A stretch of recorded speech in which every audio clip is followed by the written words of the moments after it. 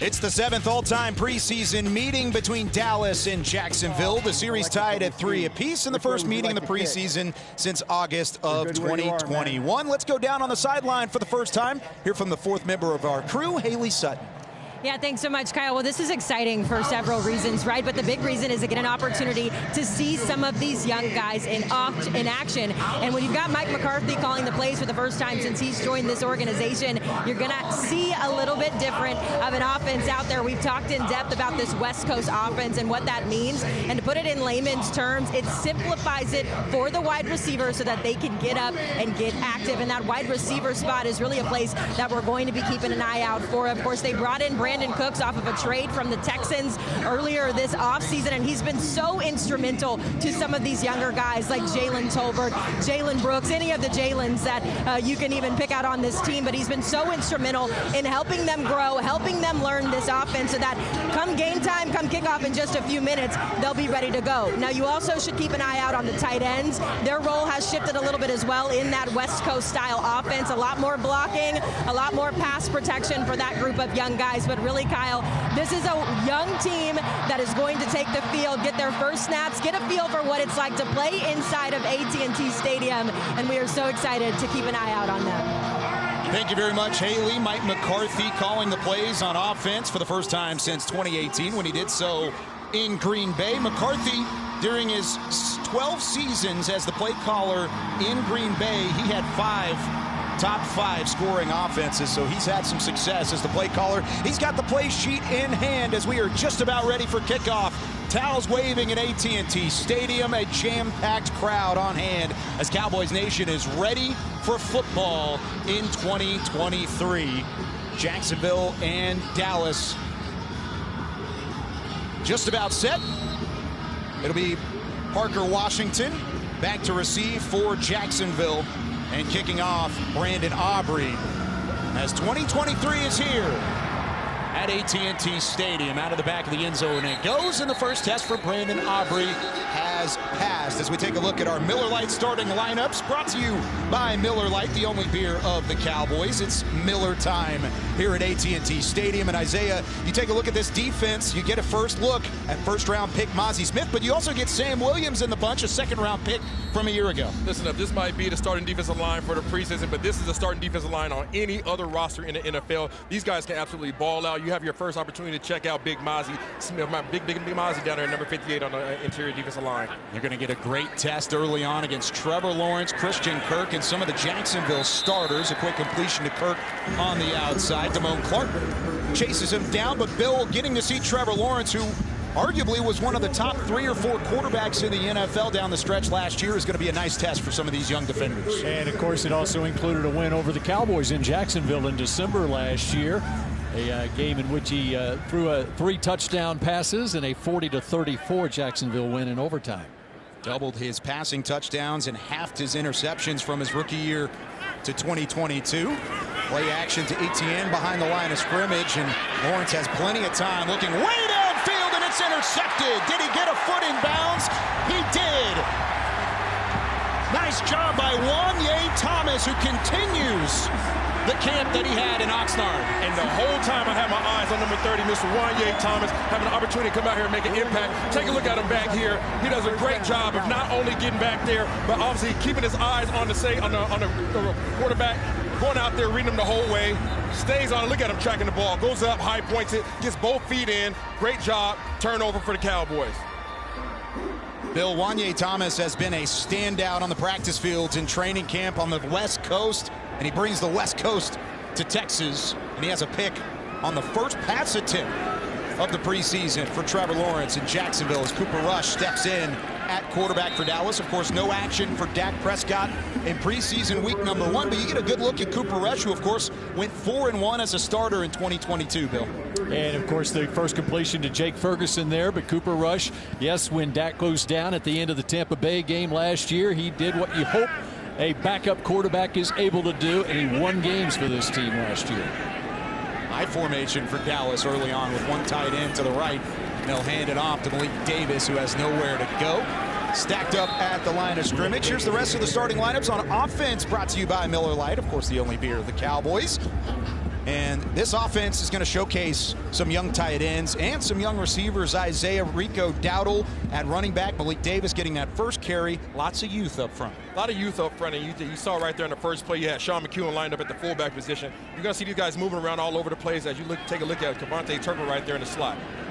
And to the right-hand side of Rush, it's again Davis in the backfield off the right hip of Cooper Rush.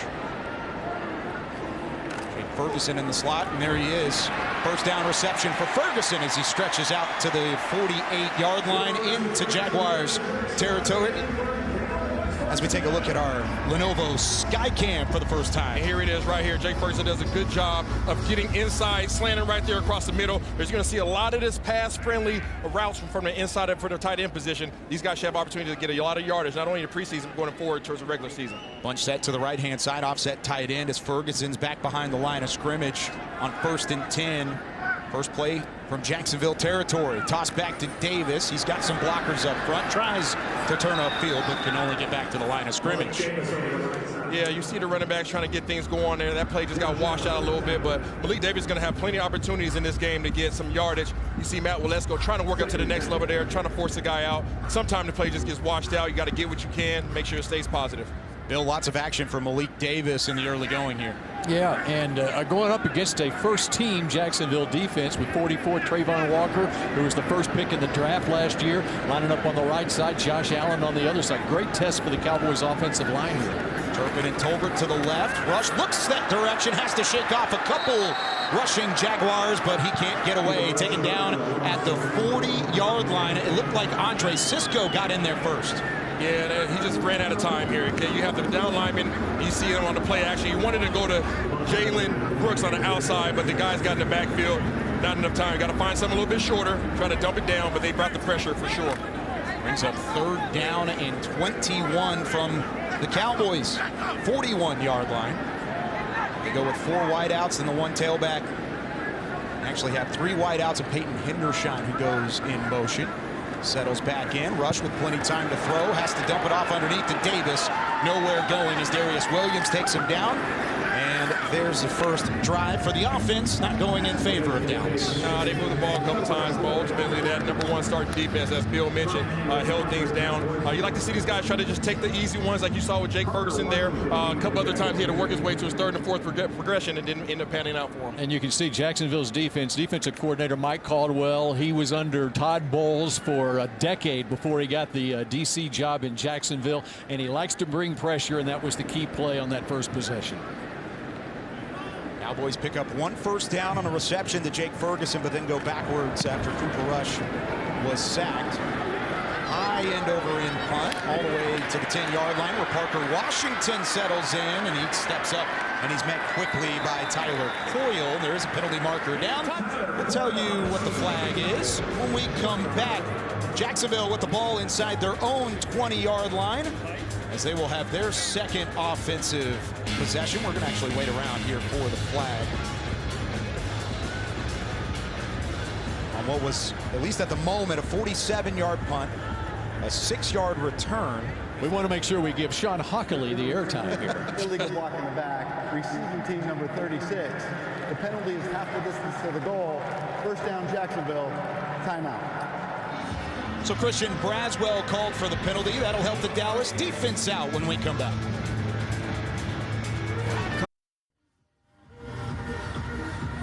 Our Lenovo Skycam fans, we are going to the Lenovo Skycam Smarter Tech for all throughout the game here at AT&T Stadium. Of course, the Cowboys back on defense after Cowboys secured 1 first down on their opening drive for Cooper Rush. Mike McCarthy is the play caller.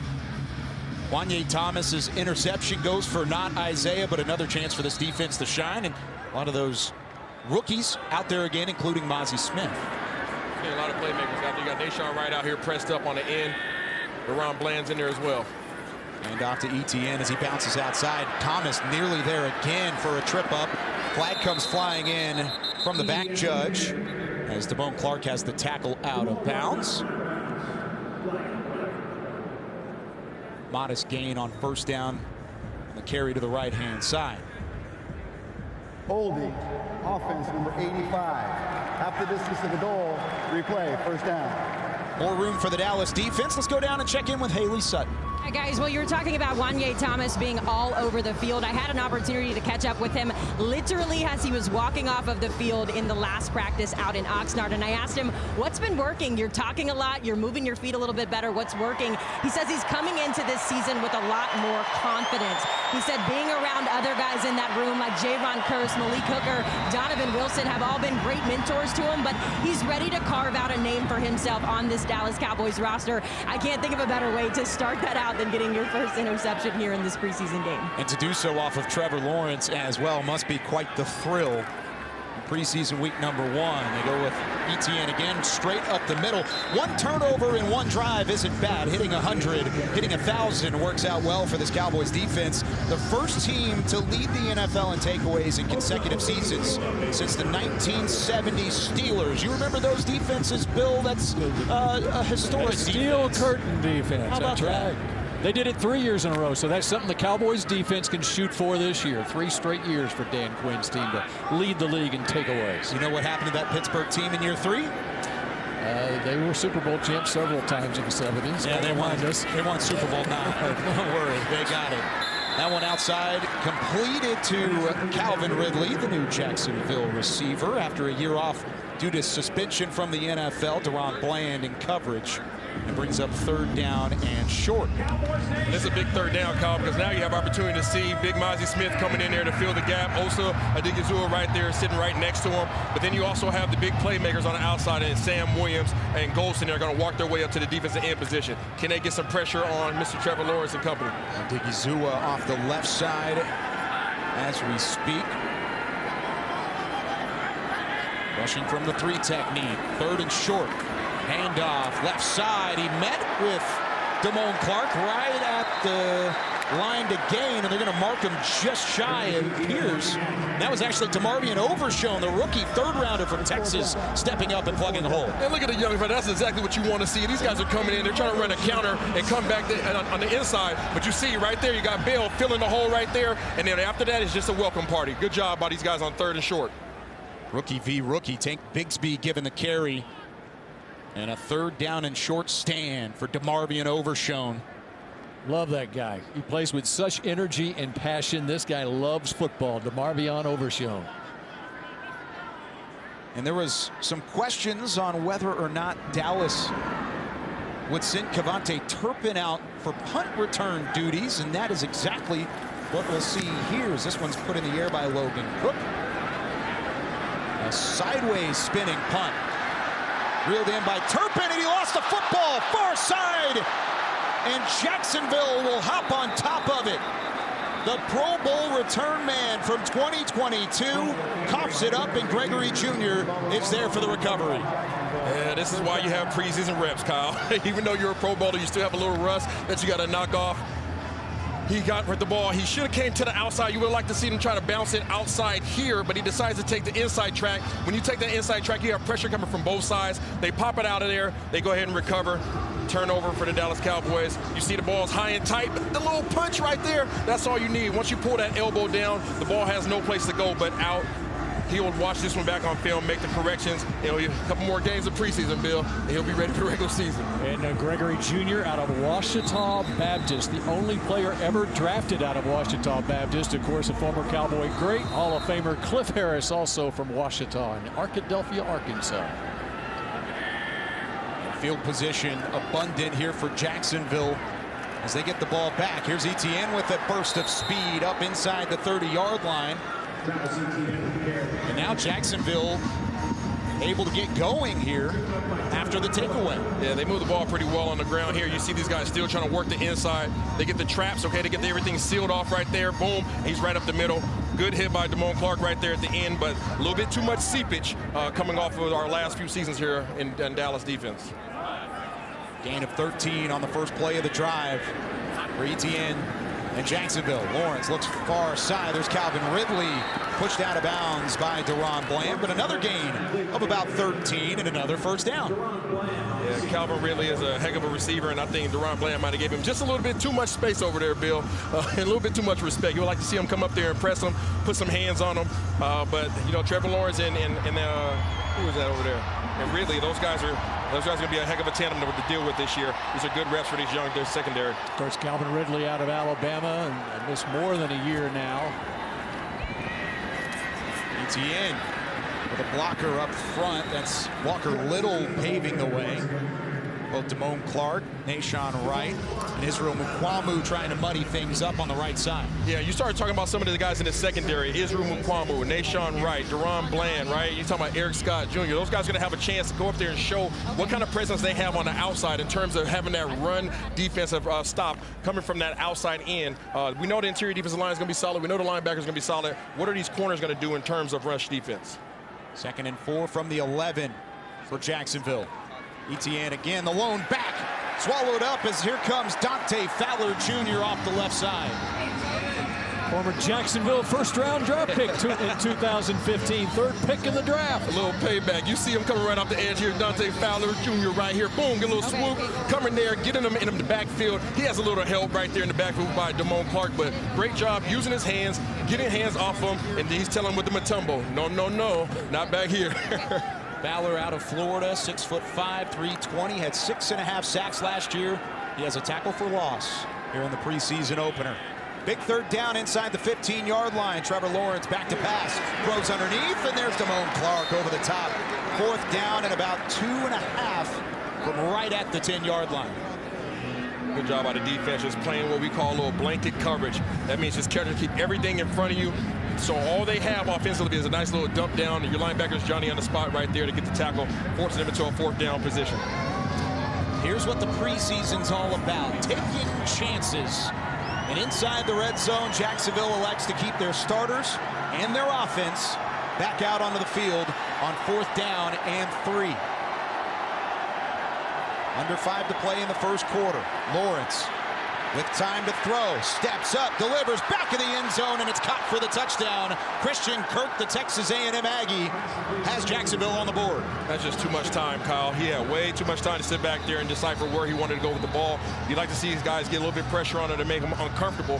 But again, here he just worked his way all the way across the formation, but he had time to sit back here all day long. Look at Trevor Lawrence. He's too comfortable coming in there at the end of the play, but by that time, it's too late. There you go. He got hands on him right at the line of scrimmage, but again, he just carries all the way through. You like to see Tyler Jones right there. You like to see him get his hands up. You see his eyes. With the crossing receiver, you have to be able to pass those responsibilities off, and when you got guys going across zones, communication is everything. Now Jacksonville will get a chance at a 2-point conversion as well. Trevor Lawrence and the starters back out for what will most likely be the final play for the Jags starting bunch. Lawrence with pressure from Sam Williams off the right side, lofts it back to the end zone again. This time Zay Jones elevates and puts both feet down, and it's 8-0 Jacksonville in the first. This is a really very respectable offense right here, so you got to make sure that you get back there. Again, another situation, Bill, where these guys just had too much time to figure out what they wanted to do. Zay Jones, the son of former Cowboy Robert Jones out of Austin, back to the end zone. See if he gets both feet down. It looked like it in real time, and he does just that. Controls through the end of the catch, and Jacksonville draws first blood at AT&T Stadium in preseason game 1.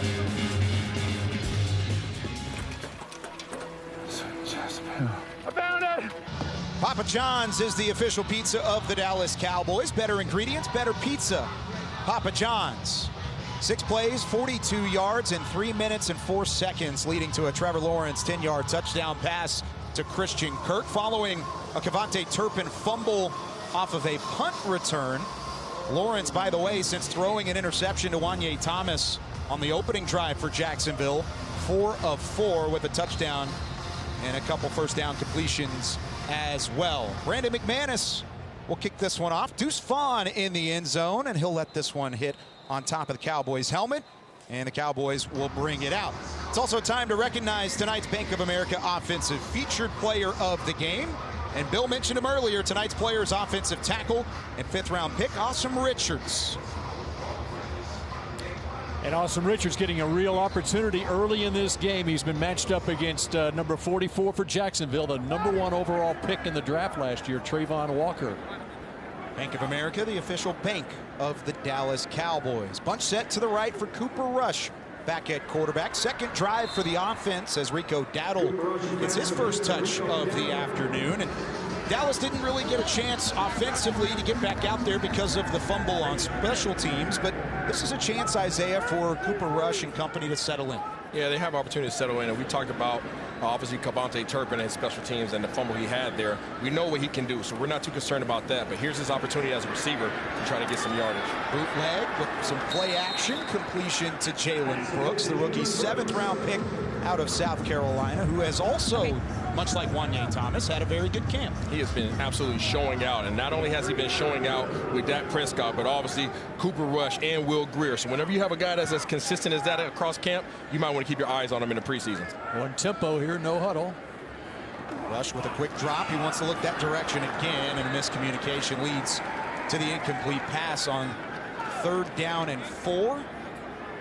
And the punt team will trot on, just not on the same page there, which will happen from time to time early in the preseason. Yeah, that's going to happen from time to time, but here you see an opportunity for, well, let's go getting pushed back. It's not what you like to see if you're Cooper Rush back there. He tried to get the ball to Jalen Brooks out there, but just didn't have the time to sit back there on his back leg and deliver a solid ball. Josh Allen, former 1st-round pick out of Kentucky, providing the pressure as Parker Washington will stand at his own 21-yard line to reel this punt in for Brian Anger.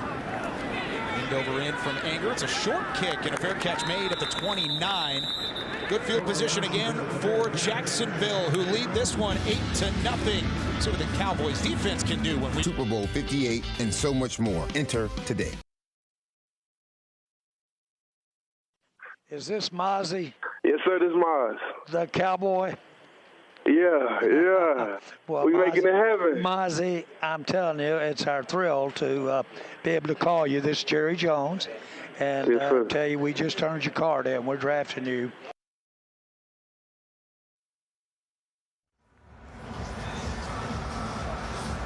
That was the first time that Jerry Jones has made that phone call in the 1st round to draft a defensive tackle since Russell, Maryland in 1991. And of course, Mozzie Smith and company, they're here for football. I'm not here to chat. I'm not here to just mess around. I'm here to hit hard. He loves playing football. He's excited to get the clacking back into the pads. He is, and that dude is all about that action, boss. As a young Marshawn Lynch used to say, he wants to go up in there and clog things up. That is the only reason why he's here, to have a big run enforcement on the inside of that defensive line, along with big Jonathan Hankins. Now watch him here on this series because the starting center, Luke Fortner, is out. They got backups in their interior offensive line for Jacksonville. And so let's see what Mozzie can do over the center right here.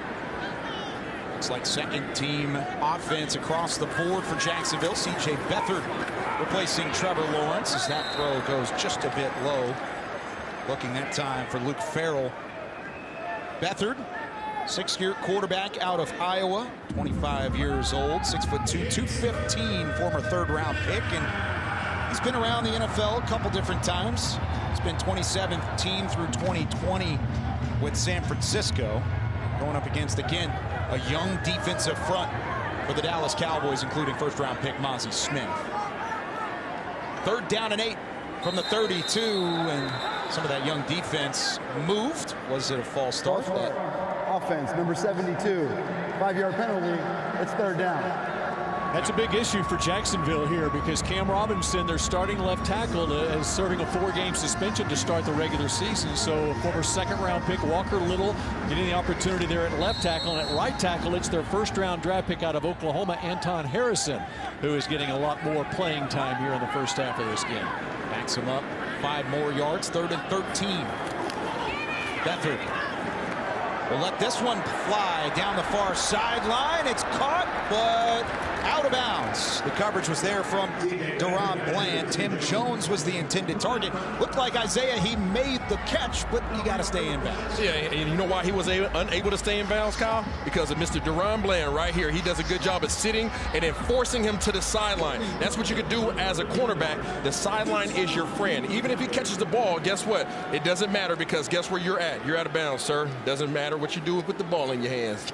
Deron Bland, who led the Cowboys with 5 interceptions last season as a rookie out of Fresno State. Here's a current rookie, Deuce Vaughn, back to receive the punt. He wanted it to go out of bounds, but instead it takes a Jacksonville hop, and he'll settle in at the 12. A 61-yard punt for Jacksonville. Dallas back on offense next. It's time. Blockchain.com. Trust the team at blockchain.com to buy, sell, and trade crypto. Easy. Again, with blockchain.com. Welcome back to AT&T Stadium. Preseason week number 1 for the Cowboys, and definitely some coaching changes, most notably on the offensive side of the football, Bill. And it starts with Mike McCarthy, but then a number of names can follow that lead. Yeah, we focus on the play caller, Mike McCarthy, but Brian Schottenheimer, longtime offensive coordinator in this league, was an analyst on this staff last year. Actually, 2 years ago, he's the offensive coordinator for Jacksonville. Almost Nearly a pick six. A pick six. That did not take long. First pass attempt of the drive, and Tavon Campbell came flying down the right side for Jacksonville. Cooper Rush, lucky that one went off his hands and incomplete. Now, everybody would have pointed at Cooper Rush on that one, but it was really the fault of Malik Davis. He did not put his foot in the ground and come back and be passer friendly. No, they would have pointed at the play caller, Mike McCarthy. This is a West Coast scheme, Isaiah, that it's supposed to favor the quarterbacks. At times, it makes things tougher on those wide receivers, and sometimes out of the backfield, you're a tailback. Over the middle, Jake Ferguson elevates and makes the catch back past the 35-yard line, and a penalty marker flies in late. But what a grab from the second-year man from Wisconsin. That was a great job. Great identification of the coverage from Mr. Cooper Rush. Once he saw those safeties go ahead and divide, he knew that he had his tight end, Jake Ferguson, going right down the middle of the seam.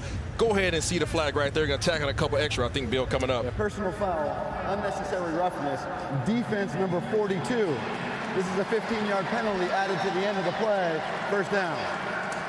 Tack another 15 on there.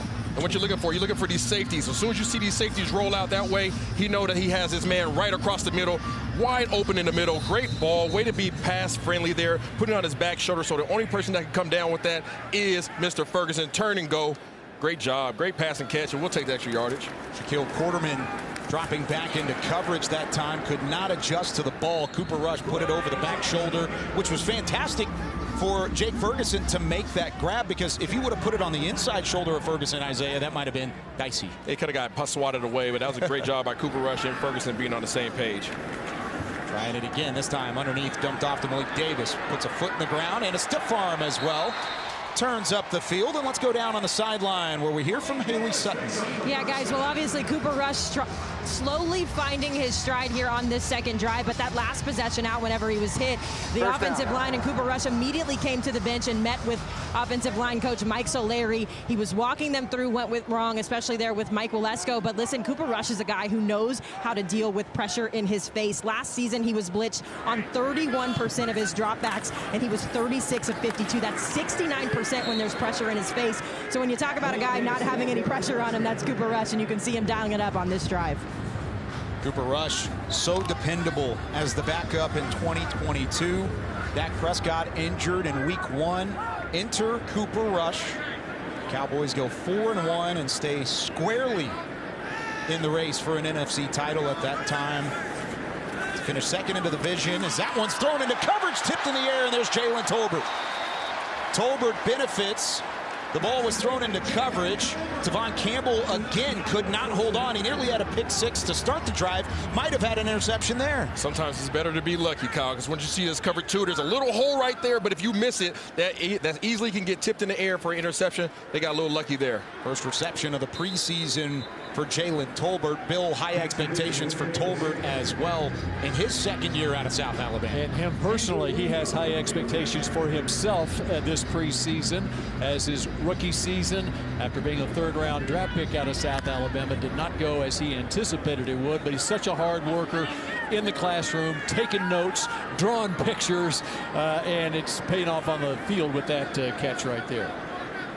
After a short completion to Malik Davis, Rico Dowdle will sub in. He's to the left now of Rush in the shotgun. Cooper Rush with time underneath to Dowdle. Dowdle bounces to the outside, goes up to the numbers. Rico Dowdle barreling his way in, and he dropped the football at the 1. Jacksonville will recover. And just when Rico Dowdle thought he had pay dirt, it's Jaguars football inside the Cowboys 5. Oh, he's going to want this one back, Kyle. Great job by Cooper Rush, seeing coverage down the field, going to his dump off, gets it to him, and then here comes Jacksonville with the good old swat. These guys are punching at the ball. He got a little bit away from his chest right there, so you guys pulled it out. Man, he was right there at the goal line. That's a lot of work for no payoff right there. Here comes the arm swooping in right there. You see the pull. That's great technique by that defensive back. Rico Dowdle's definitely going to want to have another opportunity at that. Gregory Jr., who recovered the first fumble on special teams, forces the fumble inside the Jags 5-yard line and gives Jacksonville the ball just whenever it looked like Dallas had something rolling on offense. Looks like that Washington Baptist grad Cliff Harris out there once again. Hall of Famer Cliff Harris. That's right.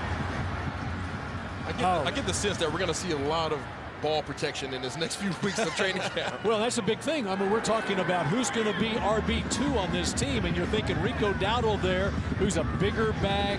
He's not quite as big as Zeke, but he has more in that mold, and then he fumbles the football on the 1-yard line. He did everything correct, Bill. Everything that you would like to see him do. He sat there right in the zone, received the ball, made a man miss, got some extra yardage, got all the way down to the 1-yard line, and just did not protect the ball when you need it most, trying to get across that goal line. Still an opportunity here for the Dallas defense to provide some pressure, and Sam Williams knows it. This is where Dallas just hopes it was movement up front that caused Williams to jump. Looked like both Chauncey Golston and Williams wanted a head start. False start by the center. Half the distance to the goal. It's first down. And Bill, you talked about it with a second string center in there. It changes things up from a timing standpoint for an offense. That's the second time that's been called against Jacksonville. Yep, got a veteran backup quarterback in C.J. Beathard's trying to get those 3-5 yards, but not for Jacksonville that time. Now they're really backed up. Inside their own 1-yard line. Beathard under center. They give it to Tank Bigsby. Nashawn Wright was the first to make contact, but a gain of about 4 will bring us to the end of the first quarter. Jacksonville with a touchdown pass from Trevor Lawrence on top, 8-0. Dallas trying to find a rhythm in the second.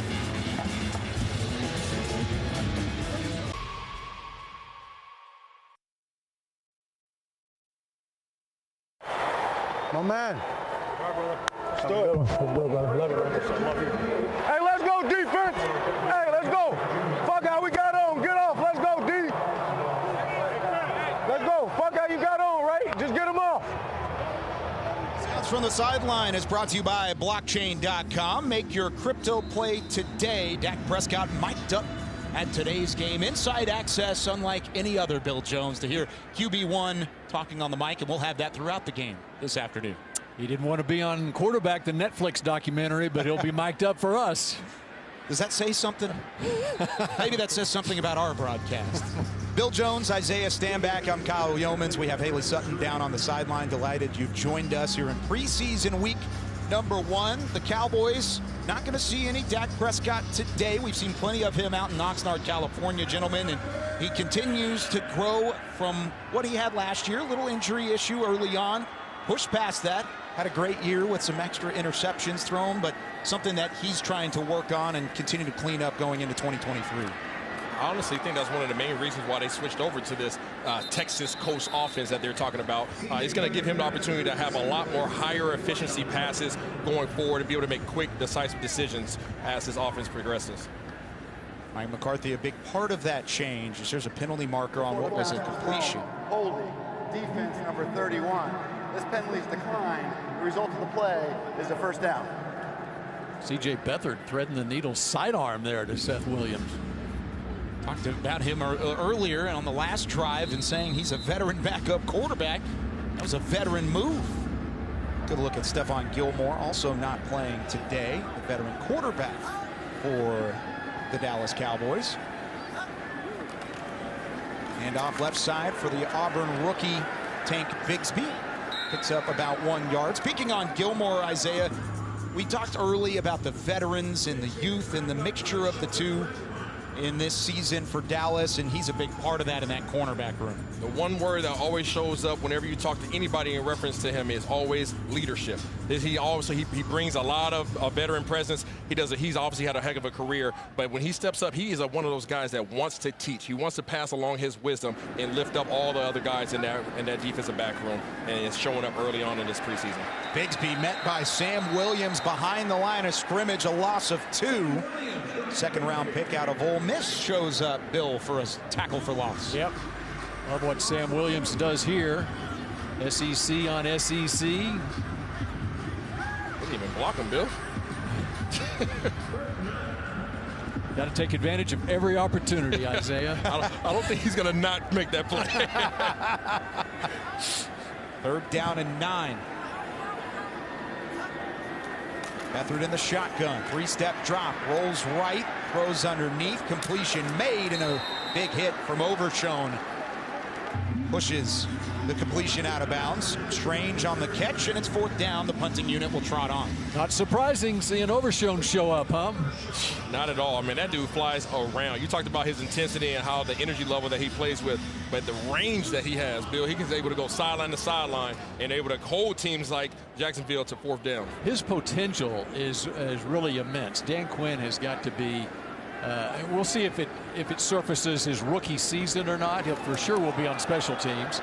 And a fake punt, or at least a delayed punt. A couple extra steps. What looks like was just a fire release. Everybody running upfield for Jacksonville, and no chance for Deuce Vaughn to return. And because of that, there's actually a penalty flag down. Might have just been a poor snap on what was just a 42-yard punt. Logan Cook having to adjust to the snap, and Dallas may get some extra yardage here. Take a look at this. That's a bad snap if I've ever seen one. Ineligible player downfield on a kick. Number 49 of the kicking team. This 5-yard penalty will be added to the end of the play. It's 1st down Dallas. Timeout. So Dallas gets great field position on their first drive of the 2nd quarter when we come back.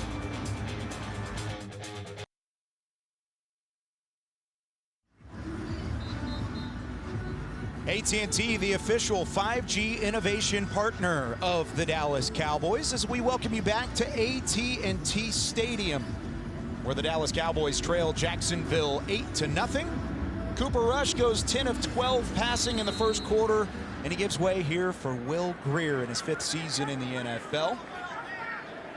3rd of which with Dallas, and his first preseason action of 2023. Put Sean McEwen in motion. Toss back to Rico Dowdle.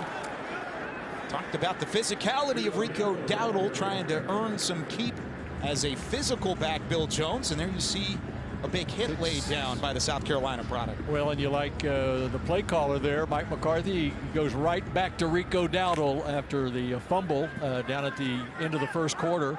Goes right back to him on the next series.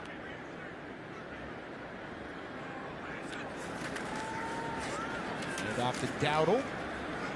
Again, modest game, but he picks up about 3 at 5'11", 215.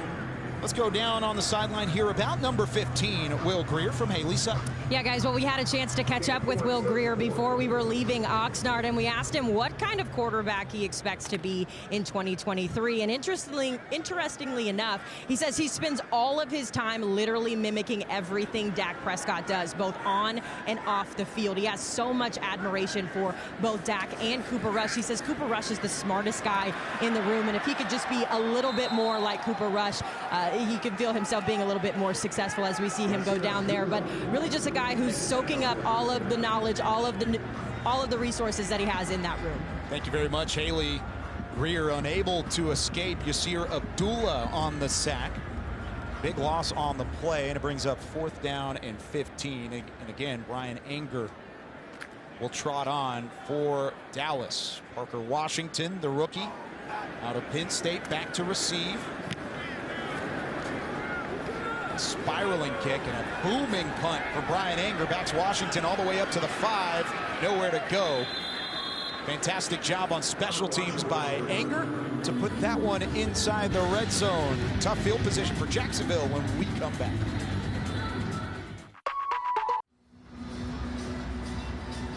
Fans, we get a great look at the Lenovo Skycam. Smarter tech for all inside beautiful AT&T Stadium.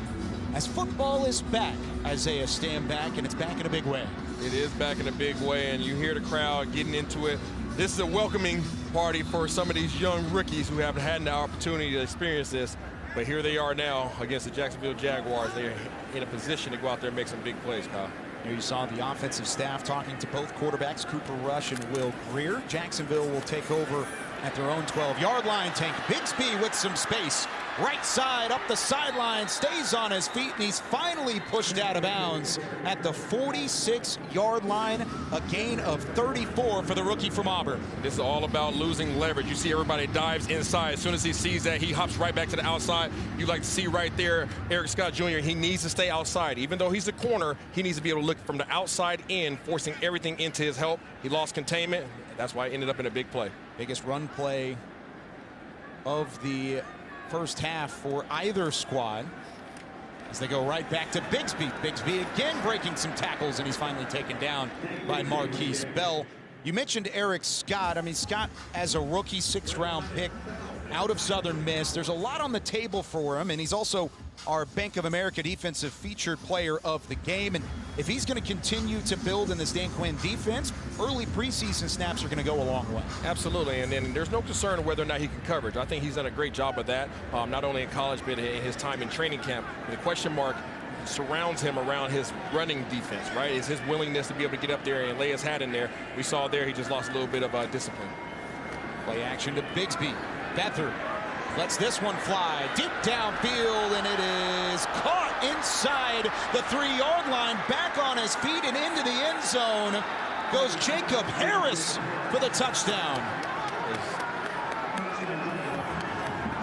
Of course, it will be reviewed, but Harris, the 3rd-year receiver out of UCF, with a heads-up play. A phenomenal grab in coverage from Wanye Thomas.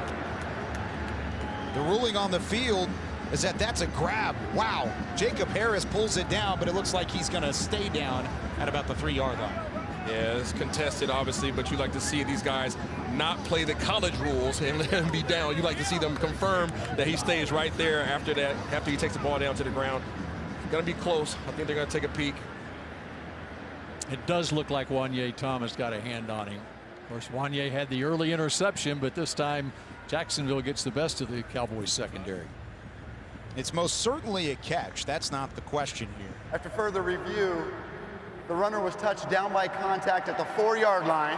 It'll be 1st and goal for Jacksonville. So take the touchdown off the board, but either way, Jacob Harris with the catch of the game so far. Yeah, it was a great catch. Please reset the game clock to 9:09. Learning opportunity for this young secondary. My signal. You had Wanye Thomas back there. You also had Red Wine. Both of those guys are getting a lot of crossing routes coming their way. So again, we talked about it early on with the touchdown by Jacksonville. The ability to be able to pass off your responsibilities as the guys cross your zone. Good test here for the Cowboys defense as Mozzie Smith is still in the game, number 58, alongside Quentin Bohanna in the middle of that defense right here. Chauncey Golston, Marquise Bell out there in the middle as well. Here goes Bigsby. Malik Jefferson in the mix as that hole was clogged up by both Mozzie and Bohanna. Bill, that's what you brought him in to do, is muddy up the inside. That's exactly right. Cowboys going to spend a 1st-round draft pick on a guy like Mozzie to shore up a run defense that was 22nd in the league last year. Great job right here. Getting right there. It's just clogging things up. You see big Mozzie Smith in there, big Bohanna up there doing a good job of pushing the offensive lineman back into the quarterback's lap, really, so the running back can get anything going forward. Crowd getting into it a little here on 2nd down and goal. Beathard back to Bigsby. Bigsby stinks through the right-hand side and stops short of the goal line. Again, Jefferson, Thomas, and again, Mozzie Smith in on the stop. And Bigsby is the kind of power back that Jacksonville is looking to add in the draft. 3rd-round pick out of Auburn. He's had a big-time impact already.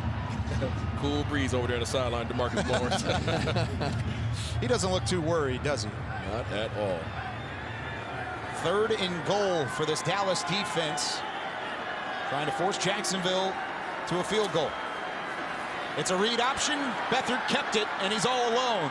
The entire defense went left. Beathard goes right, and Jacksonville scores. And I hate to do it, but I want everybody to take their eyes over to the left side over here at Malik Jefferson. He has to keep contained. This is his responsibility to ensure that nothing gets outside of him. His eyes go inside, the quarterback pulls. That is a good old RPO, run pass option. He decides to keep it. As soon as he sees his eyes, boom, he's coming to the outside with the lead blocker in front of him. Too easy, but that's why the preseason's here. You get these reps, train your eyes. They just got a little bit too nosy that time, Bill. And good coaching point for Dan Quinn right there. We'll have another shot at it here as, again, Jacksonville electing to go for 2.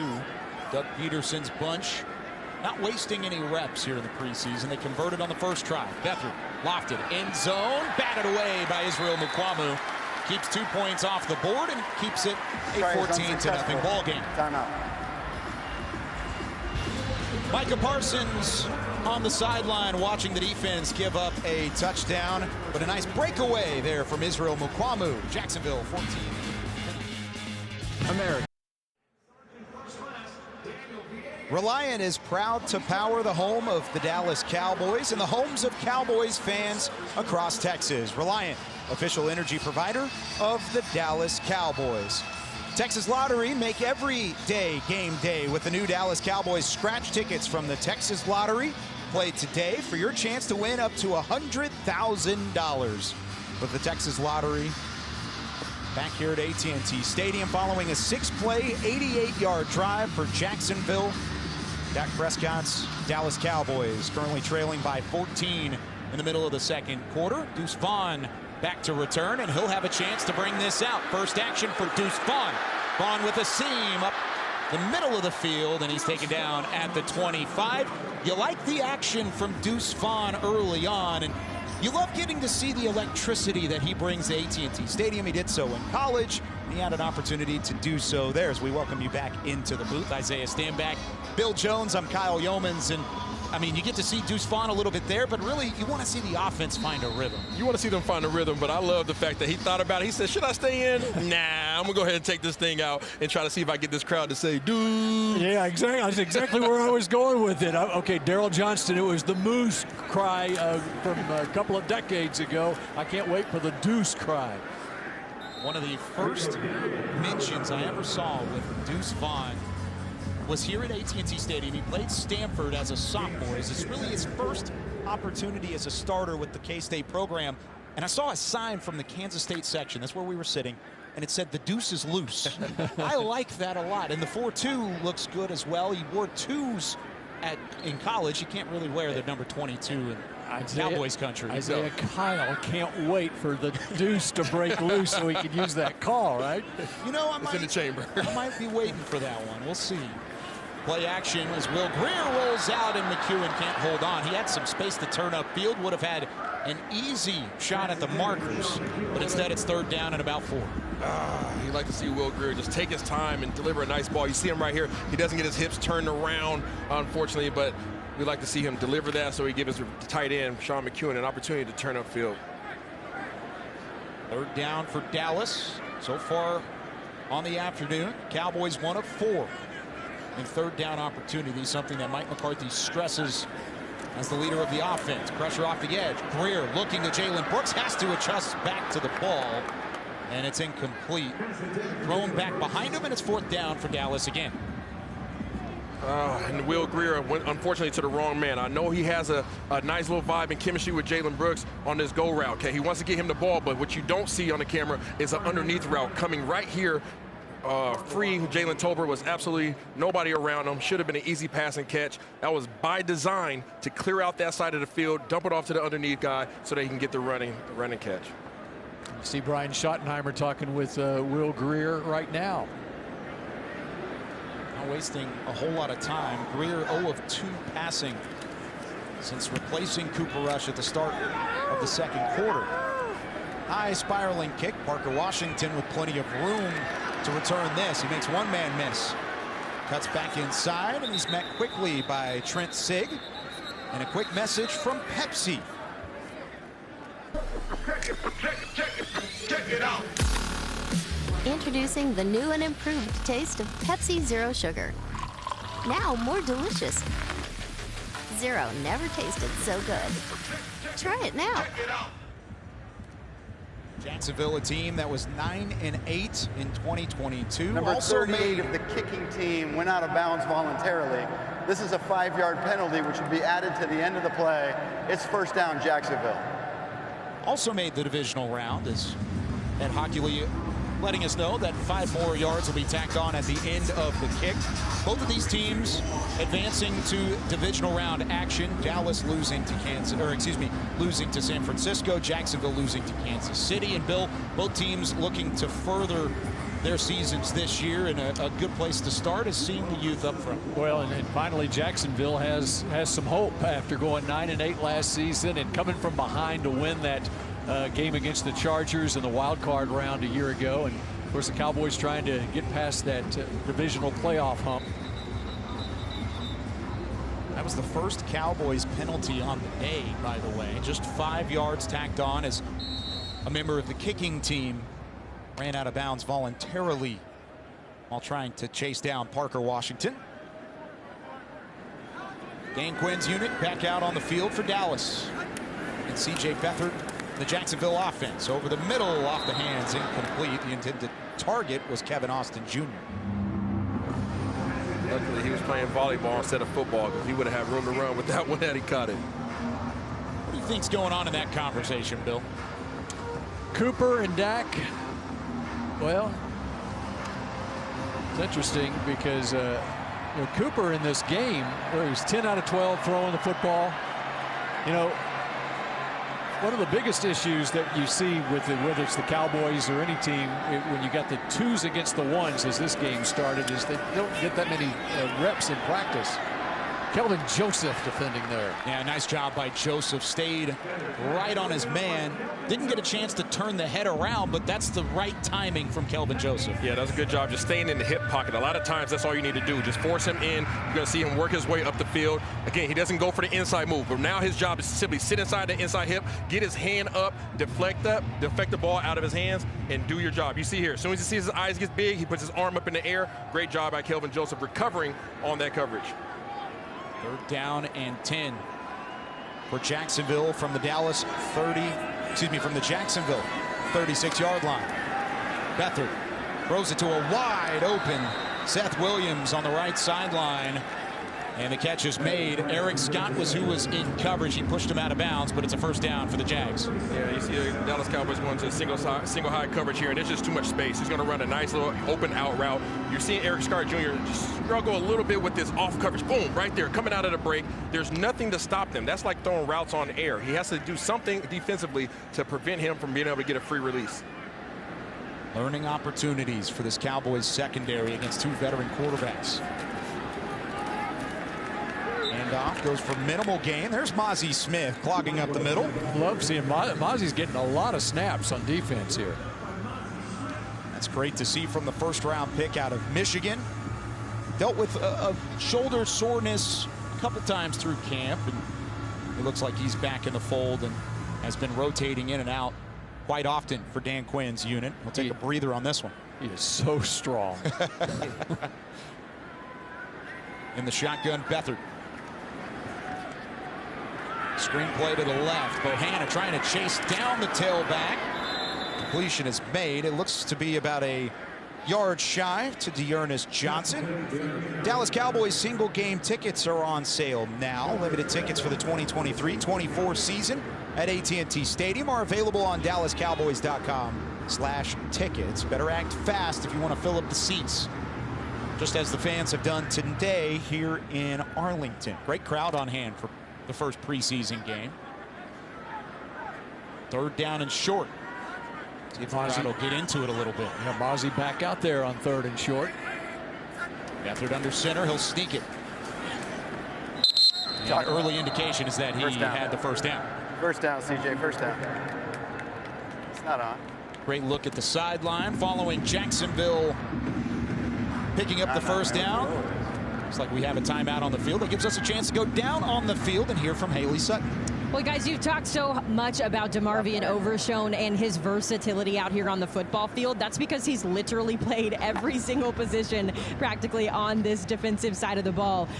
When he started out playing, he was a safety, and he got a chance to catch up with his defensive coordinator, Justin Huntley, out of Arp, Texas. He said his sophomore year, he had a huge growth spurt. He was playing a little bit more aggressively, and then the first game of the season, he had what was called the hit heard around the world. College colleges were scouting him left and right after that first game. Since then, he's bounced around position to position, going from safety into the linebacker spot that you see him playing now. But this is a guy who loves football. Similar to Mazi Smith, he loves to hit people. But as you continue to talk about that versatility, he actually started his career as a running back as well. So really just a guy who has a lot of tools in his toolkit.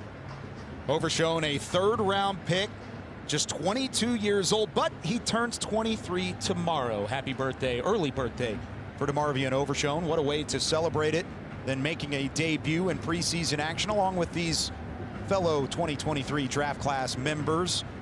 No Junior Fehoko, that fourth-round pick you see there out of San Jose State. He's unavailable today, did not dress out for Dallas, but you get to see pretty much everybody else on this list, Bill, and it's a list that you know the Cowboys are very confident in because they had a ton of production last year from their rookie class. That's right, and Schoonmaker, it was great to see him come back this week in practice in Oxnard after starting camp on the NFI list after a foot injury that he sustained in college. But Overshown, number 35 there. You know, he's 6'3", 230 pounds. You look at Jaron Kearse, listed at 6'4", 227. He's a lot in that Kearse mold, even though Kearse is listed as a safety. He plays down in the box a lot in Dan Quinn's defense, and I can see Overshown at all three levels really being effective at the NFL level. It's that position versatility Dan Quinn loves oh so much. As Dearness Johnson gets the carry, Marquise Bell hops behind the line of scrimmage, but Johnson plows forward for about a yard.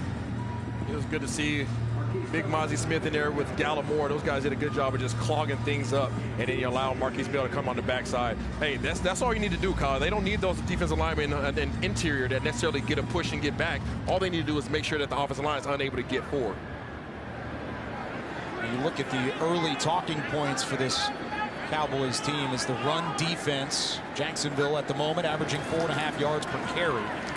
It's since gone down over these last few tokes. That one's still a live football. Jefferson bobbled it after breaking it up. And luckily for Jacksonville, it falls to the ground. Dallas nearly had a turnover. They definitely almost had a turnover. And why did that happen, Kyle? Because of the guys getting in the backfield, really causing some havoc. And then you see, like, throwing off his back leg. Did a good job of getting in there, get some pressure. But look at it, right over the top of him. Malik Jefferson causing some disruption, not allowing for him to get an uncontested catch. Pops it up, almost gets a little easy bounce for the interception. Like to put that thing in slow motion if you could.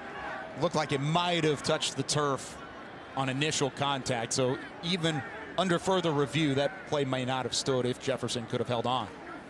Third down and long for Jacksonville. Throw to the right-hand side, out of reach. Kelvin Joseph in coverage. The intended target was Kendrick Pryor for Jacksonville, and it's 4th down and 8 for the Jags. Interesting spot on the field, though, Bill. We've seen Jacksonville go for it a number of times already on 4th down. This would be a great spot to do so again. I think looks like they have keeping Beathard on the field. They're going to go for it again. Brandon McManus is their kicker, who was with the Broncos last year. He's a veteran kicker. And Doug Peterson going up against Dan Quinn's defense, going to keep that offense on the field. 3 receivers right, 1 to the left, 1 tailback in Johnson. Beathard on 4th and long. Throws a rocket over the middle, incomplete to Kevin Austin Jr., and it's a turnover on downs. Dallas will get the football back, and that's exactly what Dan Quinn's unit needed. They'll have the offense back on the field in a couple moments. Here's a quick message from Lucas Oil. At Lucas Oil, we take pride in creating problem-solving products to make your car care easier. We protect your vehicle and make it run longer, so you can focus on the things that matter most. Lucas Oil, the official oil of the Dallas Cowboys. Dallas quickly up to the line of scrimmage with Will Greer at quarterback. Rico Dowdle will get the initial handoff and pick up about half a yard on 1st down. Yasir Abdullah on the stop. And at some point, Isaiah, the confidence level will rise for this Cowboys offense, but it feels like it's just feeling out the rhythm and feeling out a bit of opportunity here in this first half. Here's Dowdle with a burst of speed up the left hash mark. And I try to let the people, the general public know, Kyle, that this offense might not be as flashy as they're used to, but it should be more consistent. And what you're seeing as a testament to that right now, they just simply want to methodically work the ball down the field. It doesn't matter if it's in the short passing game, doesn't matter if it's in the run game or the play action. They just want to see those chains continue to move, and you're seeing that happen right now as it approaches 3rd and short. Now 3rd down and less than 1. Dallas 1 of 5 on 3rd down, make it 2 of 6. Will Grier still on his feet inside Jacksonville territory and pushed out of bounds at the 40 by Antonio Johnson. Is it the shoes? Will Grier puts the twinkle toes on and goes ahead. Again, here comes his read. Okay, he's looking at the defensive end right there. As soon as that defensive end bites down, here he comes jumping outside, puts the moves on him, goes out there, says, Sean McEwen, block inside, give me those yards. There you go, Dak. Clap him up, baby. That's what I'm talking about. QB1 likes what he sees from Will Grier. 14 yards for 15 behind the line of scrimmage. And here's the 2-minute warning. Dallas driving, trying to put points on the board before halftime when we come back.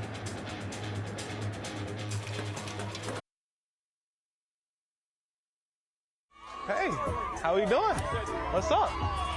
Hey. Hey. What's up? I don't know how to hit the gritty. Yeah. To celebrate NFL flag football and the Salvation Army, the Dallas Cowboys hosted a group of 90 boys and girls ages 6 through 14 years old at the Play NFL Flag Football in a Salvation Army-led league at training camp in Oxnard. Marcus Lawrence, I thought the gritty was okay there. I thought he did a nice job. It was good. He was on the spot, too. Got to be a little lighter on his feet, Kyle. Okay. A little lighter on his feet. He's a veteran. He can work into that. I'm going to make sure he knows that, by the way. I'm going to tell him you said so when we get back to Oxnard. Will Grier, 1st and 10, looking for Jalen Tolbert, who spins and makes a grab inside the 10.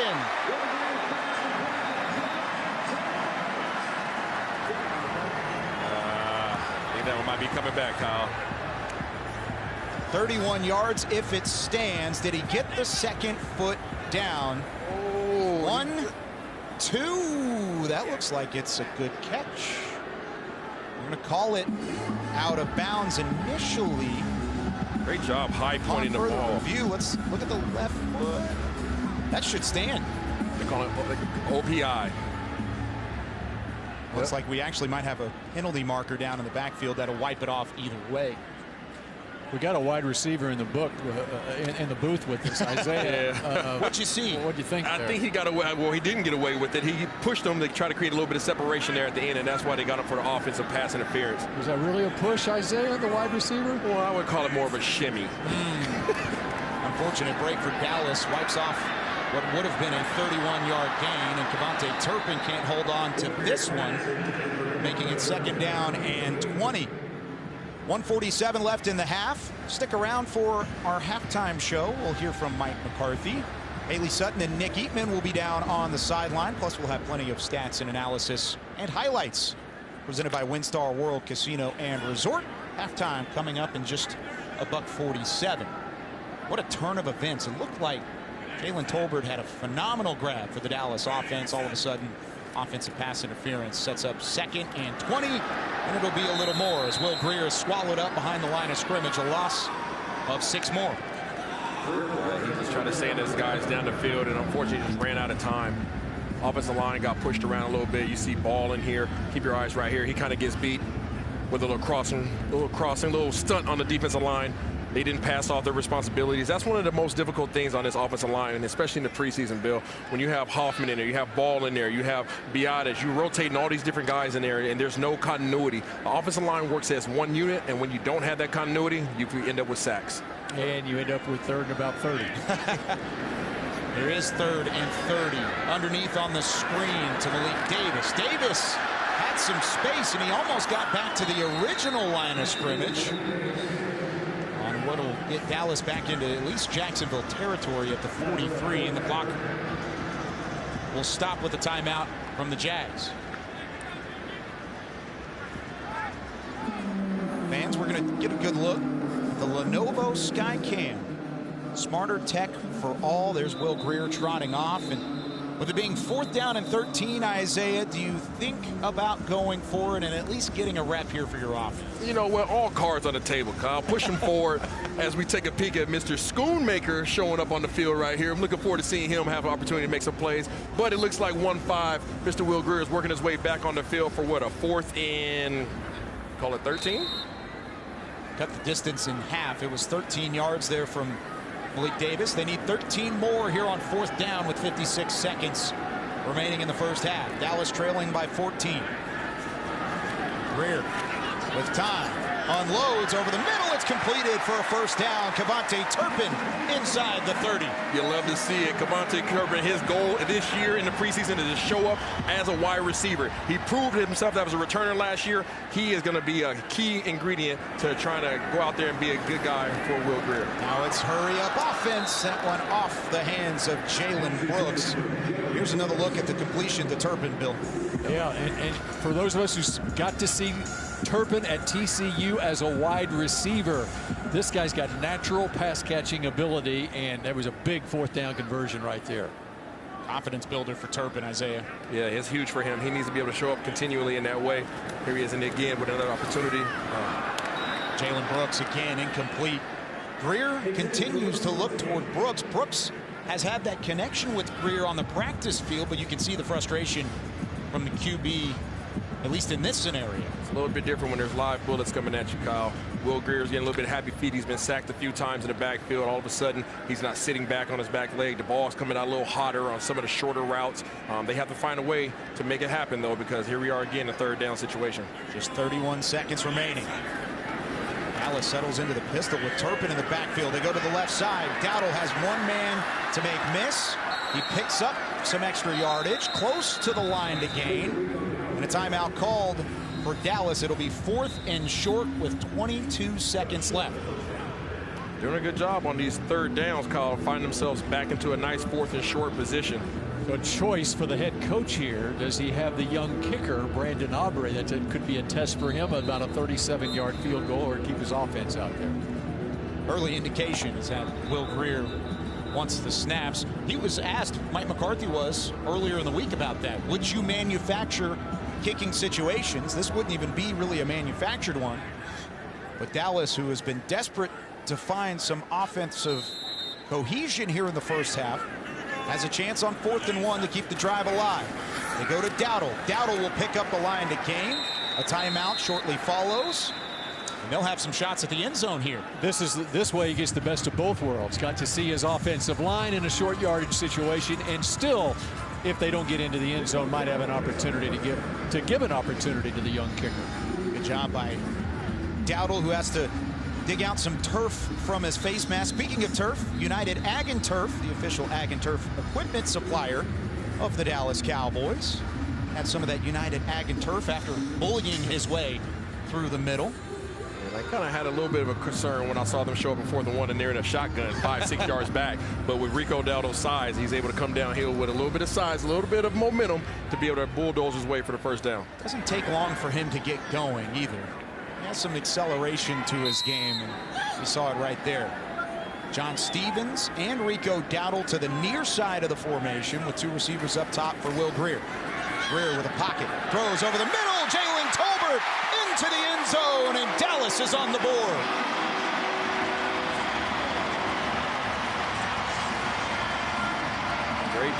Great job, Will Greer, being patient, going through your progression. He looked front side for a little bit, looked over John Stevens' side, and then came back to a Jalen Tolbert in a wide open middle of the field. Looks like it might have been too high safety, Bill. He sat in that hole, and it's too easy for him. And now they get to see the team score a touchdown, and now the kicker come on and kick a 33-yard extra point. Brandon Aubrey played soccer at Notre Dame. Played high school soccer in Plano as he puts it through the uprights. 14-7. Jalen Tolbert on the touchdown, Isaiah. His first touchdown as a pro in the preseason or the regular season, and it was a beauty. That's huge for him. You see this too high safety right there. Will Greer is looking for his man to get right here on the inside. That's Turpin right here, but you're going to find his way right to the middle. He'll run a nice little scissors route. That's the soft spot at cover 2. Will Greer does a good job of looking at him off coming in, boom, runs a nice little shake route right across the middle, touchdown. Jalen Tolbert celebrating with QB1. Said, how about that? Lots of expectation from Tolbert last year. It feels like he's taking the challenge to 2023 as well. Here's our Ford scoring drive. Ford is the best in Texas. Just 12 plays. It was dicey at times, but they got the job done in less than 3 minutes. And not surprising that the leader of the team is the first one to greet Jalen Tolbert when he comes over to the sideline, too. Those are two guys that needed to have a good preseason. You think about Will Grier coming off the injury last year that really prevented him from being able to be competitive in that QB2 conversation. Cooper Rush obviously won that, and then Jalen Tolbert was relatively quiet last year after being a high draft pick. Both those guys were able to connect. They both help each other out. They get to go to the sideline pretty happy right now. Tolbert taken 88th overall in the 3rd round of the 2022 draft as Aubrey booms this one out of the back of the end zone, but just 2 receptions for 12 yards last year. And like you talked about, Will Grier, who didn't see any playing time in the regular season, had a couple touchdowns, no interceptions, 186 yards in the preseason last year. And you see really the connection growing. He was trying to find Jalen Brooks, but he found a different Jalen for the score. No, if one Jalen doesn't work, Kyle, you go to the next. Jacksonville will take a knee on their first play of the drive, and we will head into the halftime break in a 1-possession game. WinStar World Casino and Resort, proud to be the casino of the Dallas Cowboys. Please game responsibly. 14-7 Jacksonville through the first 2 here at AT&T Stadium. Stick around. We have halftime highlights, interviews, and a whole lot more coming your way. Presented by WinStar World Casino and Resort. 1-possession game going into the halftime break from Arlington. America. Shake it off, Bert. Shake it off. Yeah, you bet. So let's walk a little bit. You ready or not? Yeah, no, I'm good. It's getting hard to see from back here. Ah! Good shit, baby. Fucking right.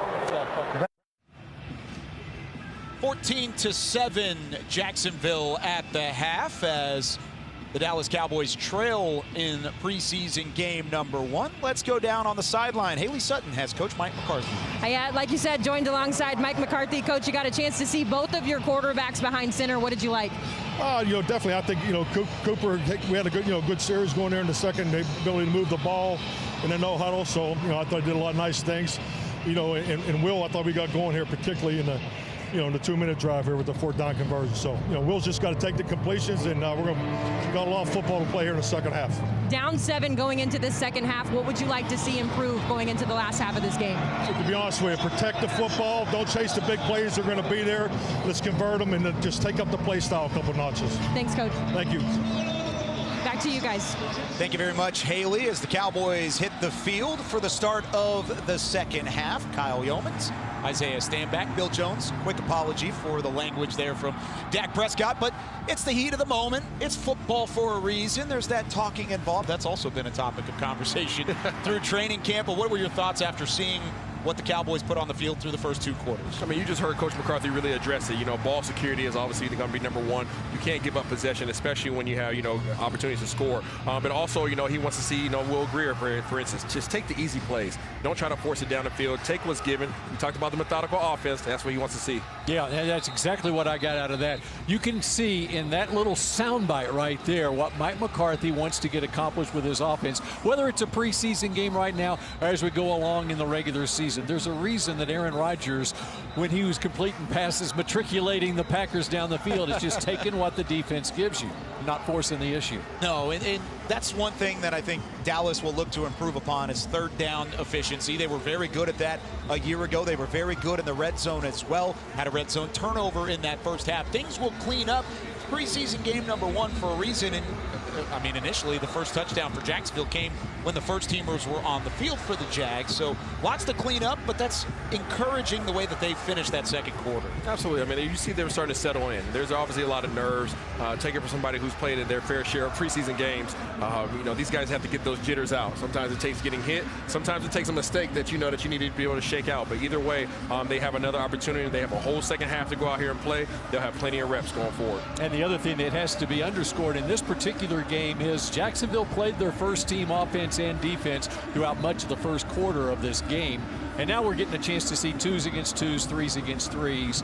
And a lot of that has to do with how many reps do they get in a typical training camp practice, Isaiah.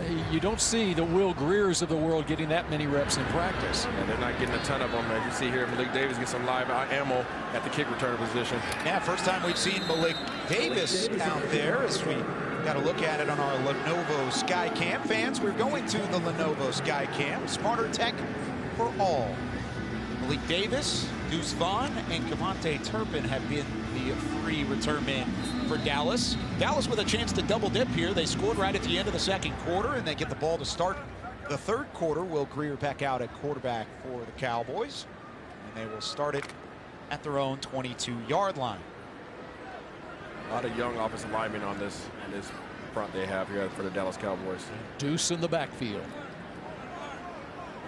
They're looking for the first carry for Deuce Vaughn. And he'll get it right here, squeezes through, almost broke to the second level, and that's just how close things can go for Deuce Vaughn. He's the magic man. Now you see me, now you don't. That's exactly what's going on with Deuce Vaughn. He hides behind those 315-pound linemen, and you see him there just tracking. Good job by the offensive lineman there, getting the block, and he just pops out like a doggone, I don't even know what you want to call it. Shot out of a cannon? Something like that? You can see that burst, 6 yards right there. Princeton Fant was the one leading the charge. Linda Wells said his nickname in the tight end room is Bull. There's another tight end making his first reception as a Cowboy. Luke Schoonmaker, second-round pick out of Michigan. So a couple rookie draft picks showing up on the first 2 snaps of the third quarter. Love it. Love to see it, especially Schoonmaker. Obviously, he was a high draft pick. There's a lot of attention that is going to be drawn to him. Those are the type of plays that Coach McCarthy was just talking about. He wants to see those guys take the easy passes. Schoonmaker right there with the easy reception.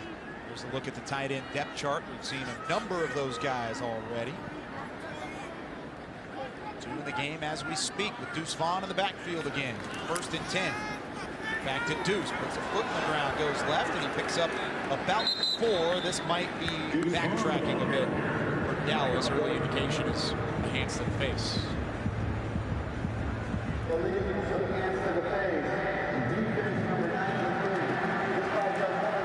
end of the play, automatic, first down. This one goes in favor of Dallas, and it's another first down for the Cowboys offense. See what good things happen when you just give the ball to Deuce? I'm with you, Bill. I'm with you. Here goes Deuce again. I want you guys to start watch his ability to put his feet in the ground. That's very Barry Sanders-ish right there, Bill. Being able to put his foot in the, approach the line of scrimmage, put your feet in the ground, and change directions. And a little spin. Bent to the left. Deuce Vaughn past the 50-yard line. The crowd getting into it a little bit. Not only the crowd, but the sideline of the Dallas Cowboys. You see everybody over there jumping up and down. He has a lot of energy. Watch his ability to be able to press the line of scrimmage, put his foot in the ground, change directions. Whoop! There goes the good old spin move, and he gets, another spin move. Everybody's going to miss. Now you see me, now you don't. Eric Hallett. Yeah, no chance for Hallett there. Good job sticking with the play. Gain of 8 on first down for Deuce Vaughn. Play action to Vaughn. Greer in trouble, gets out of it. Now he'll roll to his left. Has some space, lofts it up. Deuce again. It's incomplete and intercepted. Off the hands. That's where the play, that's where the 5-5 played a role. Wilson with the interception. There's a flag. We'll see if this can keep Dallas on the field or if it's against the Cowboys and will be declined. Flag could prevent another takeaway for the Jacksonville defense. Like you said, Vaughn did what he could to elevate, but just couldn't get there. Well, that's what you have to know your personnel, Kyle. I mean, sometimes when you have a broken play, sometimes it's better just to get rid of the ball. Before the pass was thrown, illegal contact, defense number 36. This is a 5-yard penalty from the previous spot. It's first down.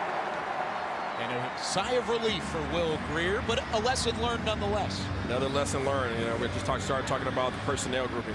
You don't, on a broken play, you don't want to have to be throwing over a defender, trying to drop it into a bucket that is 5'5" tall. You know, that's not what you want to do. He has some other options out there, or utilize your feet, Will Grier. You have good feet. Get what you can, get out of bounds, live to see another day. Vaughn does have a receiving ability out of the backfield. One of 2 Big 12 players all time to register 3,600 yards and 1,200 receiving yards in a career. The only other player to do so, former Dallas Cowboy DeMarco Murray. But Deuce has that ability to run it on the ground. He can affect the passing game. He can even step up and protect if he needs to. This one in the flat for Simi Fehoko. First down, Dallas inside the 30. Pitch and catch. Take that all day long. If they want to play 6 to 7 yards off of Simi Fehoko on that side on the short end of the field, they'll keep giving it to him. That's just as effective as a run play. Fehoko in need of a big preseason build. His numbers from last preseason. Houston to the right along with Fehoko. Hunter Lipke with his first carry will take this one up the numbers on the left side. The ball popped free there. No, it did not, but he will be taken down. Lipke with a strong run on his first hit. North Dakota State man. See, it doesn't matter who has the ball right now. This offensive line is doing a great job, especially over there on that left side with Boyce. Earl Bostic Jr., Matt Farniak. The left side, Farniak playing guard. He's seen some time at center as well. Brock Hoffman is the center as we speak on 2nd and 2. Lipke lost his footing. And just as soon as we give the compliment to the offensive line, Hoffman allows a little seepage in the backfield, causing a negative play. Hunter Lipke getting his first action of the preseason. Let's hear more about the North Dakota State man from Haley Sutton.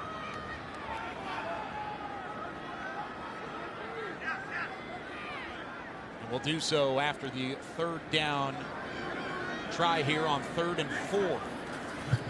Play action to Lipke. Okay. Grier over the middle, and it's caught by John Stevens for the first down. Back into the red zone go the Dallas offense. Good job of just taking what they give you. You heard Coach right there at the end of the half. But here goes Big Sean Stevens right here. Big man, 6'6", walks down here, and his job is to simply just become a tangible receiver for if they outflank the guys over there on the defensive side of the ball. Outflank, they go off there, dump it on the inside, get what you can, protect the ball, move the chains.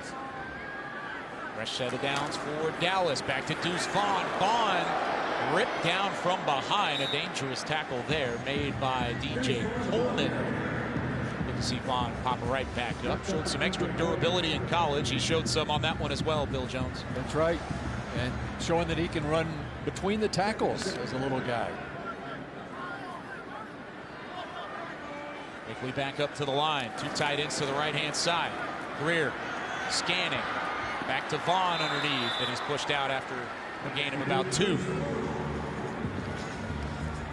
know, Vaughn's a guy in the Big 12 championship game. What a performance from Max Duggan, the TCU quarterback. But the MVP of that game, a Kansas State win, was Deuce Vaughn. He ran for 130 yards on this field back in December. Very comfortable in this building.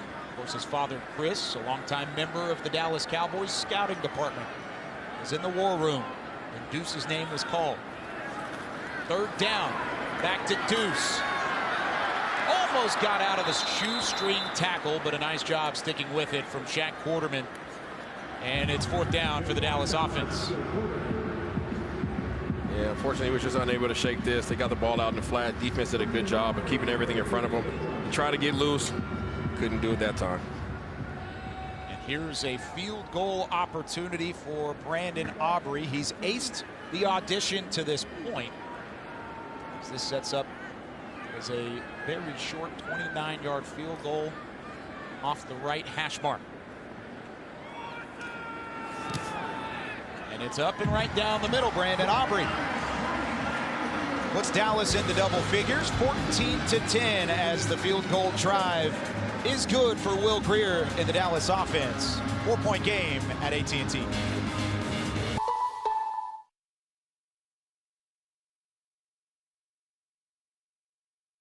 Hey, buddy. How's it going? Hey, it's going good. This is Dad. My phone wasn't working. Look at here, man. You want to come to work with me next week? I wouldn't mind that at all.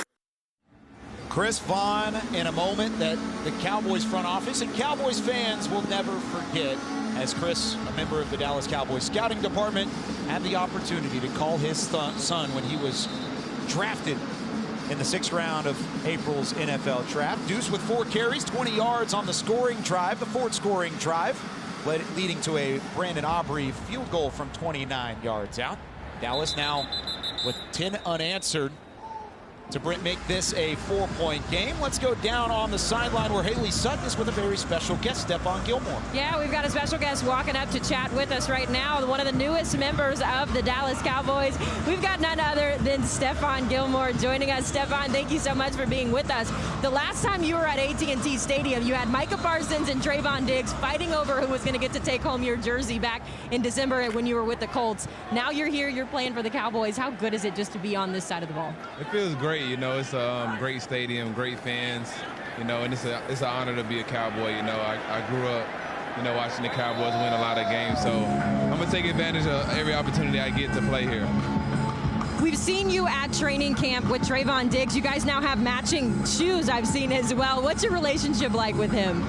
He's like a little brother to me now. You know, he got so much talent, and I'm just trying to help him as much as I can, because I think he got so much more room to grow, and I'm just trying to do whatever I can to help him be a great player. It seems like this entire Dallas defense has so much going for it, so much depth. What have you seen so far out of these young guys out here? They flying around, they making plays. You know, it's good to see those guys finally, you know, get some live action and go out and do their thing. What has been your advice, your message to these young guys as many of them take their first snaps ever as professional football players? Just to go out, you know, it's still football at the end of the day. You've been playing it since you were 6 years old.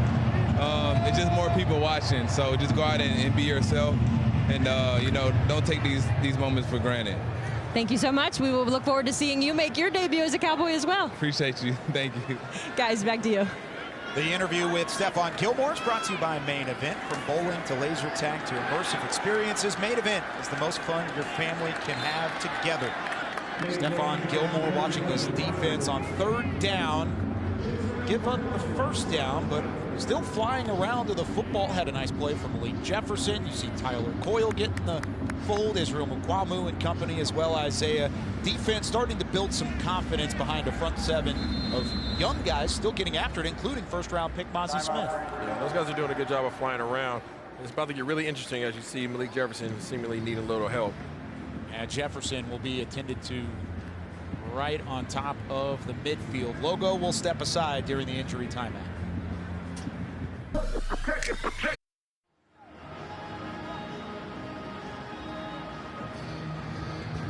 Inside beautiful AT&T Stadium, this art piece located in the northeast monumental staircase. It's called Blue Field Explosions, and it captures what happens on game days here at AT&T Stadium. You can schedule an art tour by calling 817-892-TOURS. 817-892-TOURS. Inside of this beautiful venue, AT&T Stadium, Dearness Johnson with a burst of speed up the sideline and inside the 30-yard line, finally pushed out at the 26 by Tyler Coyle. Yeah, and unfortunately, you get all these guys walked up at the line of scrimmage. So what happens is if you're able to get past that first line, then all of a sudden you have some big plays. You see that happen there. Everybody got washed up. He did a good job of getting outside containment, but there's too much space. Tyler Coyle was unable to come in and fill that gap. Butler, the one that finished the play off, and he was the one that got washed out on the block initially as well. Nathan Rourke in at quarterback for Jacksonville on his first drive of the afternoon. Rolling right, he'll take it himself. Second time he's scrambled away from pressure. He picks up about 5 here on 1st down. Bill, Dallas has done a nice job whenever the field has gotten shorter, but at the same time, you're going to have to see some of these young guys step up defensively, maybe make a big play if you want to keep this at a one-possession ball game. How about number 58 still in there? Mozzie, here we are with 5:47 to play in the 3rd quarter. Dan Quinn's getting a good look at the 1st-round draft pick, Mozzie Smith, alongside Neville Gallimore inside on that Dallas defense. A couple top 100 picks being utilized on the interior. Big toss. Now on the sweep to Parker Washington. Trying to catch the edge, and Jabril Cox got there in time. Talking about guys that need to show up. Jabril Cox, Malik Jefferson goes off. Jabril Cox comes on. His ability to have sideline-to-sideline speed shows up right there, forcing that to the sideline. That could have been a bigger play than it was had it not been for his speed. Misdirection was one of the real bugaboos for this Dallas defense, even in a great year that they had in 2022. Already saw it in the red zone at one point that led to a C.J. Beathard touchdown run. That time, the defense handled the misdirection with ease. Tyler Boyle over the top of the Dallas defense on 3rd down and 5. Pressure off the right side, lopped it up. Did Johnson get both feet in bounds? It appears that he did not. It's incomplete. There's a penalty flag either way, as the marker is down at the 18-yard line.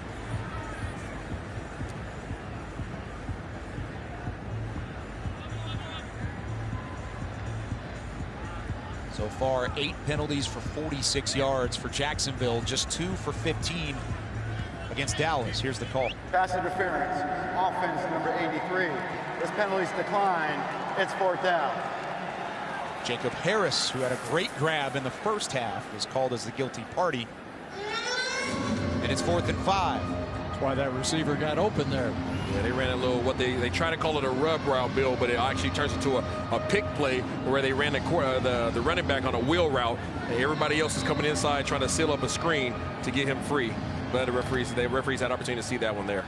Rub routes are allowed, pick plays are not. Correct the mundo. That was a pick play. 4th down and 5. Offense still on the field for Jacksonville. Just outside the red zone. Rourke pressured from behind. He's swarmed. He gets it away, and it's incomplete. A dangerous throw from Nathan Rourke, but it's a turnover on downs either way. At least for the moment, with another penalty marker. Could this be against Dallas? Well, Dan Quinn dialed up the man-to-man press defense on that one, and a lot of guys had a lot of hands on them. We're going to see what this call ends up turning into. Dan Quinn in the booth. The pressure was there from Ben Banogu and company. Before the pass was thrown, holding, defense number 24. It's a 5-yard penalty and an automatic 1st down. Israel Mukwamu, 3rd-year man out of South Carolina, called for the penalty and just got his hands on him too much in the slot. Yeah, we just talked about how there's guys who run a press coverage right here. He does a good job of getting his hands on him, shot in the hands, but that right there, when he gets his hands right at the break, that's what got him in trouble. The initial hands on the shoulder was good. That 5 yards down the field is the one that got him. Resets things for the Jacksonville offense. Dearness Johnson again to the left side of the line of scrimmage. Stopped up by Neville Gallimore for just a gain of 1. Neville Gallimore's been having a good training camp as well. Coach McCarthy spoke him up in terms of him coming along and making some plays. You have him and Big Bo side by side. That's a lot of cattle in the interior defensive line, Bill. And Gallimore, a Canadian, and the quarterback from Canada too, Rourke. Rourke, who played in the CFL for a couple of seasons. Rourke lofted, end zone, looking for the tight end, tipped back to himself. Garrett Prince made the grab, but it was well out of bounds off the back line. Marquise Bell in coverage. And once again, you see Dan Quinn going to the man-to-man coverage. You see Marquise Bell does a good job of staying underneath under that hip pocket, because what does he have over the top? He has the end line as his friend. So eventually you're going to run out of room. That's exactly what happened on that play. Incompletion is just as good as a knockdown. 3rd down and 9. Dak Prescott trying to get the crowd into it with the rally towels. Trying to keep this a 1-possession game. Rourke in the shotgun with motion from left to right. Looks left. That one into coverage. Again, it was Josh Butler on the receiver. This one incomplete. And 4th down again for the Jacksonville offense. That time, Dan Quinn threw a little curveball in there, Kyle. He went up there to press coverage again, but what the quarterback did not see, Bill, was that there was 2 high safeties. So they went into a press cover 2, which means that they had some guys in the zone there. If you want to go to the beat my guy, there's another guy waiting on you about 3 yards away. There's Josh Butler out of West Mesquite High School in the USFL Michigan Panthers. 4th down, crowd getting into it. Rourke with pressure straight up the middle, had nowhere to go. Jabril Cox was brought on the blitz. A little dance for Wanye Thomas as the defense forces a turnover on downs. We call that a jailbreak blitz right there, Kyle. Everybody and their mama's coming on that one. Dallas forces the turnover, a chance to drive and take the lead. Incomplete pass and some pressure for Dan Quinn's bunch.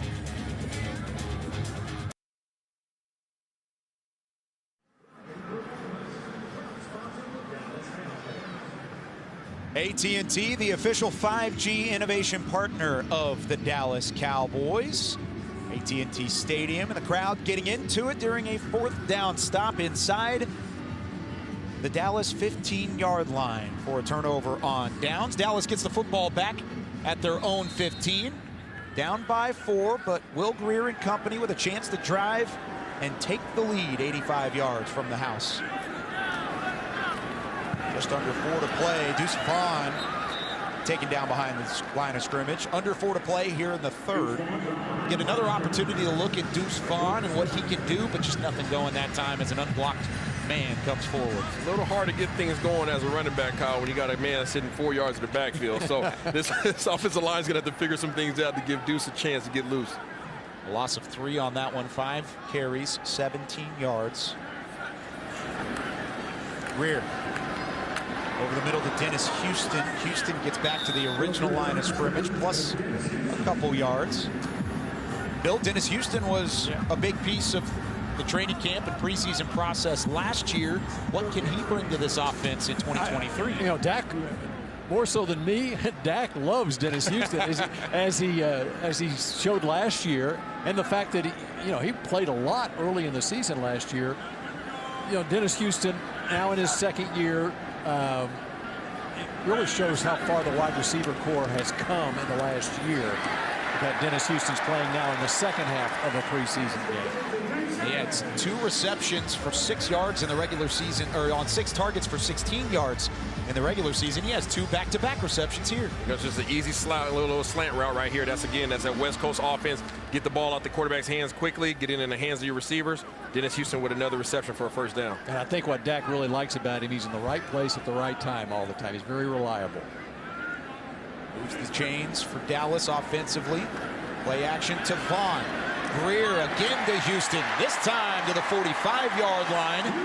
That connection growing. Grier to Houston continuing to produce. Here comes what the good offense off of the run. Okay, so now all of a sudden you have Simi Fehoko that's taking things across the field. Okay, so he clears things out. Right behind him, you're going to bring in Dennis Houston. Boom, on a dig route. Great job sitting in the pocket, delivering a nice ball. Now, is this a great example of the West Coast concepts we're continuing to see? Absolutely, but the run game is at the pinnacle of all of that. Simi Fehoko with some separation. He'll reach for the line to gain, but he's about 1.5 yards shy. Gain of 8 on the play. Before that, receptions of 5 yards, 11 yards, and 17 yards for Dennis Houston. That one goes for 8 to Simi Fehoko. Will Grier not only just in a rhythm, but he looks almost automatic on this drive, Bill. Yep, it's what Coach McCarthy said at halftime. Just take what they give you. That's what he's doing a great job of here in the 2nd half. Setting up favorable situations on 2nd and short. Here goes Deuce Vaughn. Deuce Vaughn up to the 2nd level. Breaks a couple tackles, and he's down to the 20.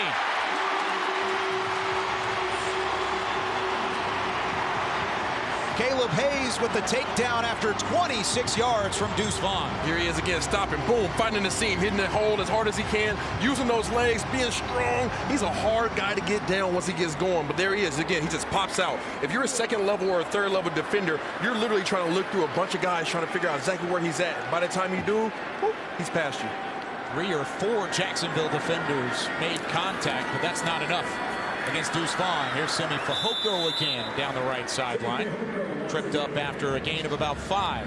You know, one thing about Vaughn is he had 130 yards in that Big 12 championship game against a team that made it all the way to the national championship game, TCU. And then in the bowl game against Alabama, he went 88 yards for a touchdown against a whole bunch of NFL players. And the previous year in the Sugar Bowl against LSU, he had a 100-yard rushing game against the Tigers of LSU. He can play against these NFL players. So what you're talking about is do not count out Deuce Vaughn. But as we go to the end of the third quarter, don't count out the Dallas Cowboys. We have a 4-point game going to the fourth.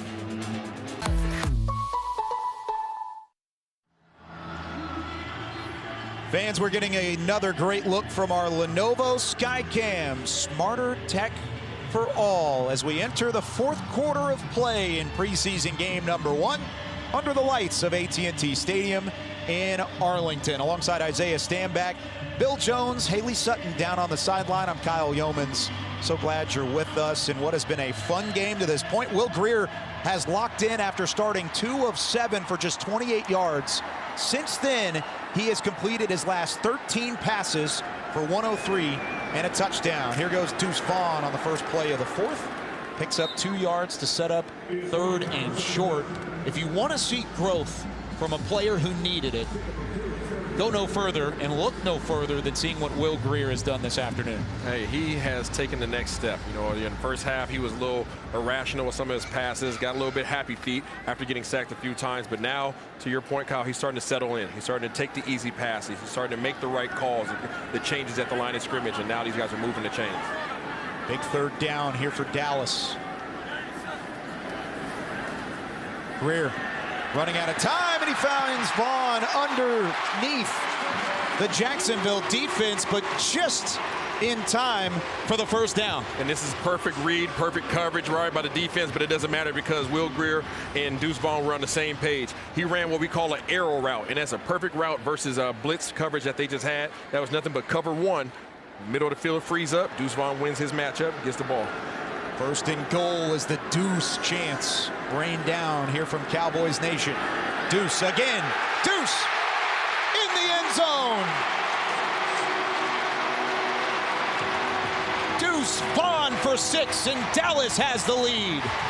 That is a way to handle a drive, Will Grier. You marched your team all the way down there. You made the right decisions. You put your team in a position to be successful. Here he is right here on the read option. We've been seeing this all day long. The defensive end goes up the field. He gives the ball to the running back. Deuce Vaughn walks right in the end zone, and now you got QB1 running around height. If only we had a camera somewhere situated on his dad, Chris Vaughn, who's in the stadium. Maybe a little less nervous after seeing his son break the goal line. It only results in 6, though, as Brandon Aubrey misses the PAT.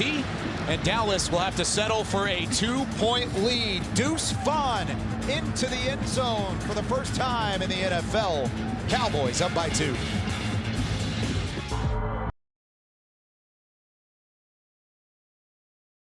With my rookie signing bonus, I was able to buy myself my dream car, got my baby sister a camera. I went and took my mom, my dad, my brother, and my sister to go eat at a bar and grill, and I paid for the meal. And then I went and bought a chain. Gotta love the mindsets of the rookie class, including Deuce Vaughn, who just found the end zone for the Cowboys. 16 unanswered for Dallas. Their first 5 drives, 4 punts and a fumble. Then on their last 3 drives, how about touchdown, field goal, and touchdown? As Brandon Aubrey, following the missed PAT, will send this one out of the back of the end zone. Got plenty of action coming up in the preseason for the Dallas Cowboys. This is preseason game number 1, and before all of those preseason games, you can check out Deep Blue Halley fame on Chuck Halley, the recently inducted Hall of Famer. Close to the vest on the 1986 Cowboys season. War Stories 2 on the Cowboys draft, an inside look at how the war room unfolds, and then the class of 2005, one of the best draft classes that you never really hear about all the time for the Dallas Cowboys. Deep Blue documentaries presented by Pepsi. Quick completion over the middle. That one good for about 20 yards up to the 45-yard line.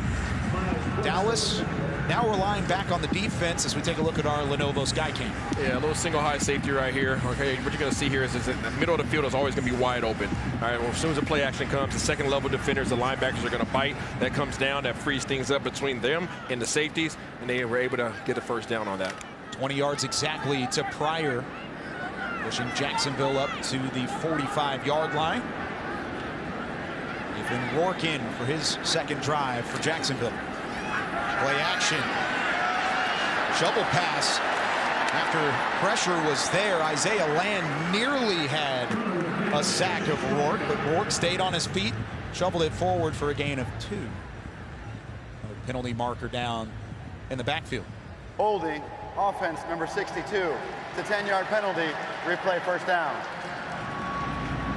Isaiah Land's doing a good job. He wants to be a part of this conversation in that defensive line room as well. You see him just simply getting the edge, getting upfield, forcing a holding call. That's just as good as a sack, Kyle, as long as the chains are moving backwards. Jackson needed to hold to avoid a sack. And on our last defensive drive, Malik Jefferson a little banged up. With more on that, let's hear from Haley Sutton. Yeah, guys, Malik Jefferson has officially been ruled out of the game with what they are describing as a foot injury. He went into the blue tent. We saw the medical staff grabbing some tape, trying to tape it up. He then tried to do a little bit of backpedaling, a little bit of exploding off of what looked like his right foot, but you could tell he was in a lot of pain. Like I said before, he has been ruled out for the rest of the game.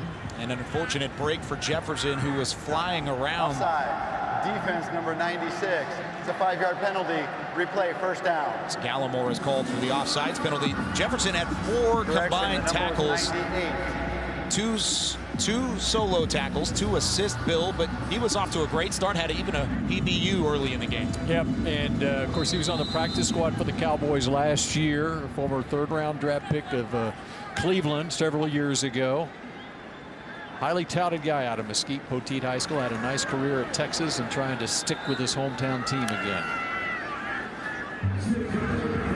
A lot of staff members close to this Cowboys organization thinking Jefferson had one of the most underrated training camp processes so far, so hopefully he's back on the field soon and has a chance to make the 53-man roster, which of course gets cut down here in a couple weeks.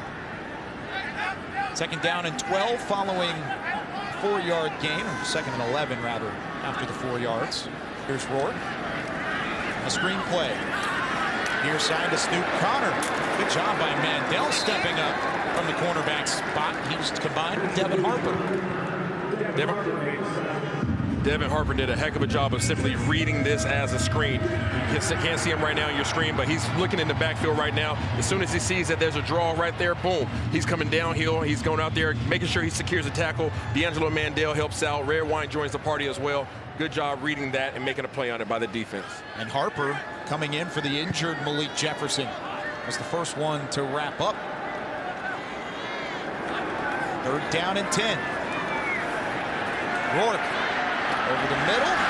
Another grab. That one, Trey Herndon turns upfield. He's inside the 40-yard line. And again, Jacksonville moving the chains on 3rd down, now 5 of 12 in a gain of 17.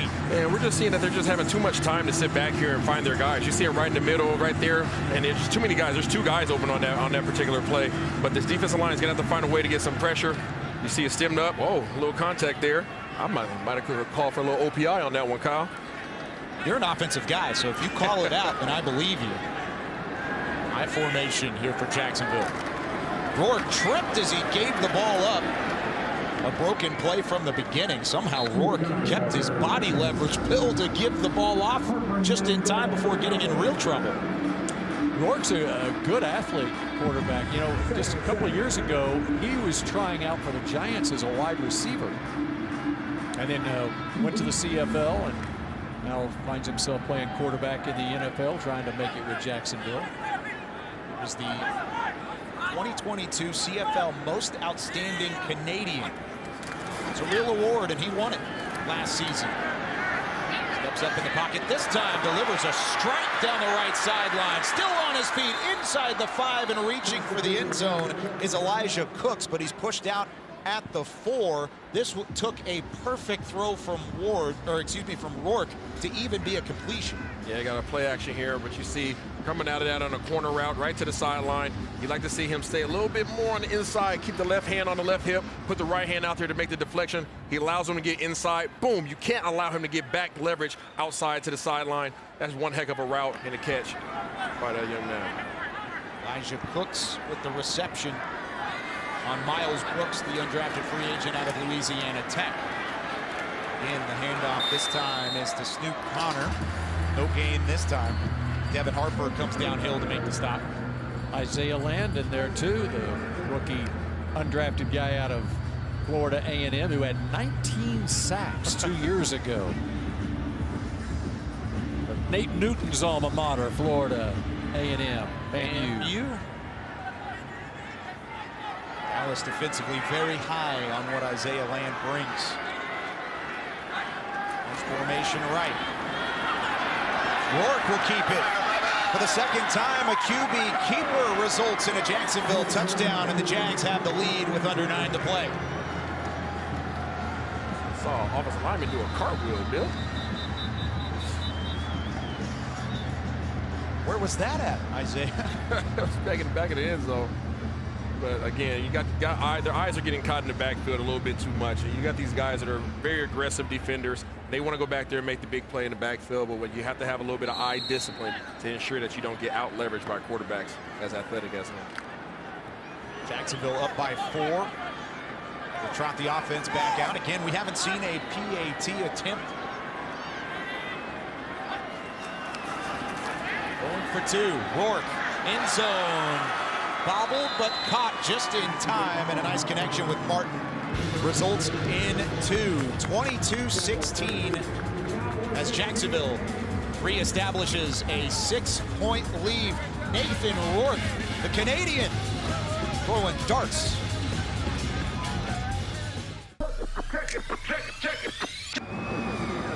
Weight loss surgery can change your health and change your life. Go to mybariatricsolutions.com for more information.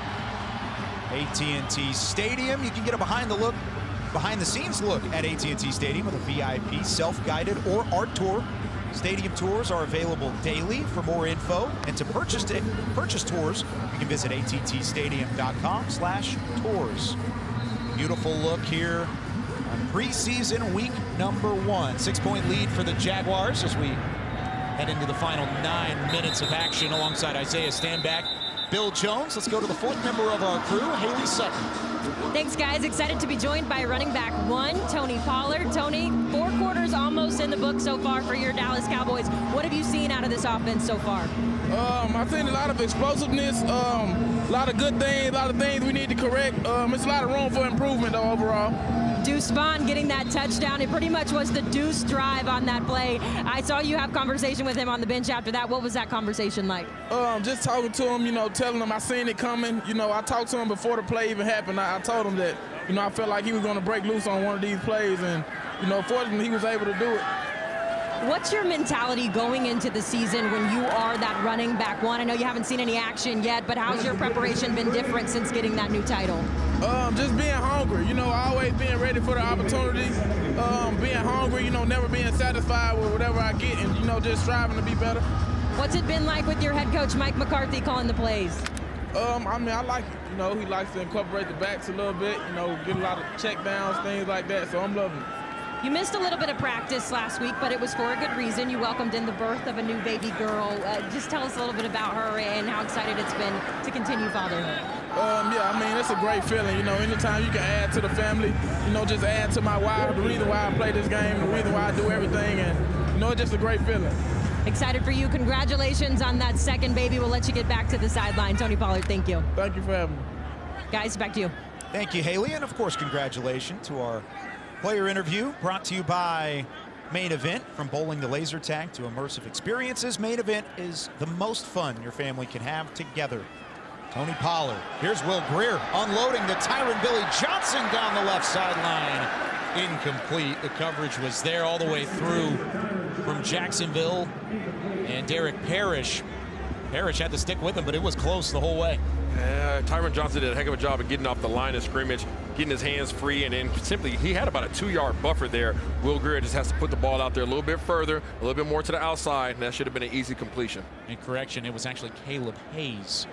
They got the duplicate numbers here for Jacksonville. Preseason. Yep.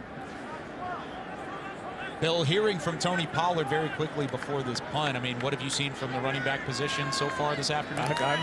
I'm interested in hearing what Mike McCarthy says, how excited he is to be calling plays for Tony Pollard and using Pollard in this offense this year. Another booming punt from Brian Anger. Washington inside his own 15-yard line. Tiptoes his way out onto the sideline after a gain of about 10. 6-point lead for Jacksonville. They'll have the ball when we come back.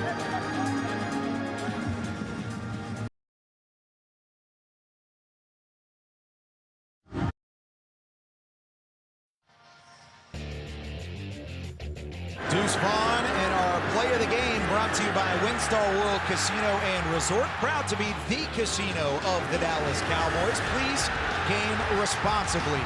Deuce Vaughn showed some game, punching his way into the end zone. The rookie leading the Cowboys in rushing with 8 carries, 50 yards, and his first touchdown as a pro. Exciting. Dak Prescott in the process, and the 6th-round pick has some fans, but he's going to gain a couple more if he continues to produce like that. And look how calm he is, Kyle. Everybody's running around hype right now because he's balling out. And he's just like, oh, give me another opportunity, coach. He does a good job, man. This guy knows his playbook. They're putting him in a position to be successful, and he's taking full advantage of that. He's out there running hard, not getting tackled by the first man, falling forward. Good things are showing up for this young man already. Safe to say Chris Vaughn's not getting very rowdy on the sidelines. I see what he did there. There's a quick completion into the flats. The active tight end, Garrett Prince, knocked down, and another penalty marker. Penalty markers abundant here, Bill, in the second half, as both teams have had their fair share. Dallas only had 2 in the first 2 quarters. Which is a vast improvement over what I recall the first game last year at Denver. The Cowboys were beset by a large number of penalties. 9 penalties in that first half of preseason action, and a much different look here in 2023. A welcome look, I would think, for Mike McCarthy. Typically get a lot of penalties in the first preseason game. It happens. It's been remarkably Pass shy. interference. Offense number 88, 10-yard penalty. Replay, first down. Of course, we still have 7 minutes and 27 seconds. Don't want to speak too soon. You know, Deuce Vaughn, a little bit. Looking at Deuce Vaughn, I mean, the maturity level that Deuce has. And you know, Mike McCarthy's raving about this draft class, and this guy right here typifies the high character. You can tell that Deuce has grown up in an NFL football family. This stage is not too big for him. No, it's not, and you can see that, Isaiah. Not every player has that. These are, yes, they're exhibition games to a certain extent, but they're very real for a lot of the players involved. Deuce Vaughn being one of those. And the fact that he's shown out the way that he has here in his debut has to be an encouraging factor for him, his family, and really the entire offensive staff. Good job again by Devin Harper. Yeah, good play by Devin Harper. In regards to Deuce Vaughn, you know, Bill, you can tell that he's been in a household of a mature level of football, you know, because he has a certain level of calmness about him as he approaches the game. You've never heard any coach say that he's unprepared nor unwilling to go out there and do what's required to assist his team. And now all of a sudden you show up in a first opportunity NFL action in a live game, and you're seeing more of what we saw all throughout training camp. More of his success, more of his delivery, more of them being able to trust in him on the field. 2nd and 20. Rourke steps up, throws left side, complete to the 33-yard line. Again, utilizing the tight ends, Elijah Cooks with another reception. He's been very active here in the second half. His second grab for over 45 yards. And it brings up 3rd and long. So far, Jacksonville 6 of 13 on 3rd down situations. Yeah, and there's 2 guys in there that are fighting for their roles on this team right now, Neville Gallimore and Chauncey Golston. Those guys are guys that we've seen play and be effective on this defense in years past, but here they are at the bottom end of the 4th quarter, still trying to make plays. 4-man rush. Rourke had to get out of trouble. He does, dumps it off, and there's Snoop Connor for the first down and more. Finally caught from behind by Marquise Bell. There's a Cowboy in the backfield shaken up after the play. Yeah, I mean, Chauncey Golston does a good job of getting in the backfield. You see him run the stunt right here, forces him out the pocket. Once Rourke gets out, he does a good job of getting it out of his hand, finding a playmaker, and they're finding a way to a first down. Tyrus Wheat is the injured Cowboy. Rourke does a nice job navigating traffic. The completion to Connor has the first down, and the chains moving for Jacksonville.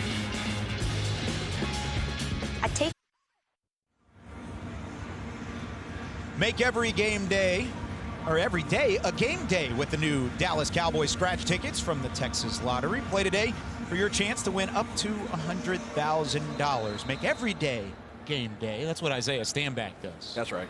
All day, every day. Bill Jones does as well. I'm just Bill Jones' bodyguard up here, Kyle.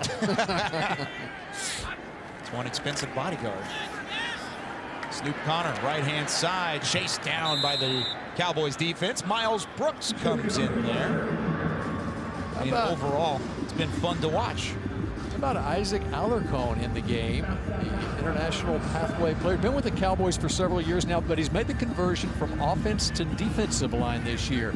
And if you're out at training camp in Oxnard, this is one of the hardest working guys on this team. After the mock game in the evenings, Isaac Alarcon will go by himself to the far end of the field and work on pass rush moves by himself. Always great to see as Rourke puts a move himself on Ben Benogu. Tried it downfield, no one home for Jacksonville. You know, with the new collective bargaining agreement, there's a limit on the amount of time that coaches can spend with players. It's 11 hours a day during training camp. Well, it's after the 11th hour of the day. Alarcon will go by him as well. If the players go back to their rooms or whatever, Alarcon stays on that field, and he goes to the far end of the field, 120 yards away, and he works on his pass rush moves with the walking sled. I don't consider myself a small human being, Bill, at 6'3", 240 pounds. But he makes me feel like a young boy when I'm in his presence. 6'7", 320. Rourke, right side again, completion, and another first for Jacksonville. Out of bounds goes Trey Herndon. And I believe there's another flag in the backfield. This looks like it's against Dallas. 22-16 with 5:15 to play. Roughing the passer, defense number 94. 15 yards will be added to the end of the play. First down. And again, that's the TCU product, Ben Benogu. You got to keep your head on the swivel if you're a cameraman or a sound man on the sideline in the NFL, because you just might get more action than you were looking for. Hey, he kept his eyes up all the way through. Look at that. I like it. Kenny down there doing great work on the sideline. He's okay, everybody. There's Kenny. There you go, Kenny. Way to pop back up. He gives us a thumbs up. How about that? He's been around this game for a little bit. He wears the red vest for a reason. Gotta love it. Great job, Kenny. Is that like the quarterback wearing the red vest? He's not supposed to get hit. Can't get hit, right? 3rd down and 10 for Jacksonville. This one bouncing left. And again, a big chunk play for the Jags, but holding on the left-hand side. It looks like against Isaiah Land, who tried to set the edge again. Holding, offense number 62. It's a 10-yard penalty. Replay, first down. It's the second time Samuel Jackson's had to hold up Land. Land is doing a good job of getting in that backfield and causing some havoc. I know one man that likes to see that. His name is Dan to the Quinn. Adding dirty, too, the defensive line coach probably eating it up. There's Dan. Checking his own pulse right there, I think. Blood pressure down. You think he's locked in, even though it's a preseason game? You can see it from Dan Quinn. Intensity all day, every day, Kyle. The marker on the field said 3rd down on that last play, but it was 1st down, so they back it up 10 yards. And off to Snoop Connor and a big hit over the top. But Sheldrick Redwine comes in for the hit. Redwine playing significant minutes here in this second half. It's at the safety spot. I'd like to see the physicality coming in from the safety position. I mean, you think about the guys that are on the starting end of this lineup. You got Hooker back there. We know he likes to run sideline to sideline. You got Curse. You got Donovan Wilson. So even if you're on the bottom end of this lineup right now, you still have to be able to show the same characteristics that the starters do. Dallas in need of a stop to keep this within one possession. Can't even allow a field goal. That would push it to a 9-point lead. Pressure to Rourke. In zone, and that one incomplete. And Isaiah's got the call of holding in the backfield. Was it Isaiah again? Isaiah Land? Isaiah Land. Not Isaiah Stanback, but Isaiah Land is in the backfield once again, wreaking havoc, forcing these guys to hold him. That's 3 times we've seen it today already, where he's affected a game where a flag has to come out because of the impact he's having. Starting to see, Bill, exactly why Dallas was so high on the Florida A&M product. Holding. Offense number 64. This penalty's declined. It's 3rd down. This time it's against Coy Crunk. Throwing everybody at him, Kyle. If one guy can't stop him, they throw another one out there. The same result. Isaiah Land doesn't care who it is. Showing why he had the 19 sacks and 25.5 tackles for loss and was a first-team All-American 2 years ago for Florida A&M. Mike McCarthy elects to decline the penalty, bringing up 3rd down and 16 for Jacksonville. Rourke swarmed, stays on his feet somehow, will have a chance to get it away, and he completes it for a touchdown. Olesen worked free, but Rourke did the magician work. Rolling on the field is the touchdown. Lancer, you talk about creating a resume in the preseason. Well, here you go, Rourke. This is your opportunity. He sits back here. The offensive line absolutely gets destroyed. Shakes 1 man, 2 man, 3, 4. Keeps his eyes down the field. Finds his receiver down the end. Boom, that's a touchdown. Great job by the converted quarterback / receiver. Back to quarterback, Kyle? Not really sure what's going on, but either way, he's back there making plays and causing a lot of issues for Dan Quinn and his defense. Stayed on his feet through all that, and then delivered a strike in stride to Olesen in the end zone for the touchdown. Now a chance to tack on 2 more. Rourke goes that one. That was another good throw, but good coverage all the way through from Josh Butler. Time now for a quick message from Globe Life.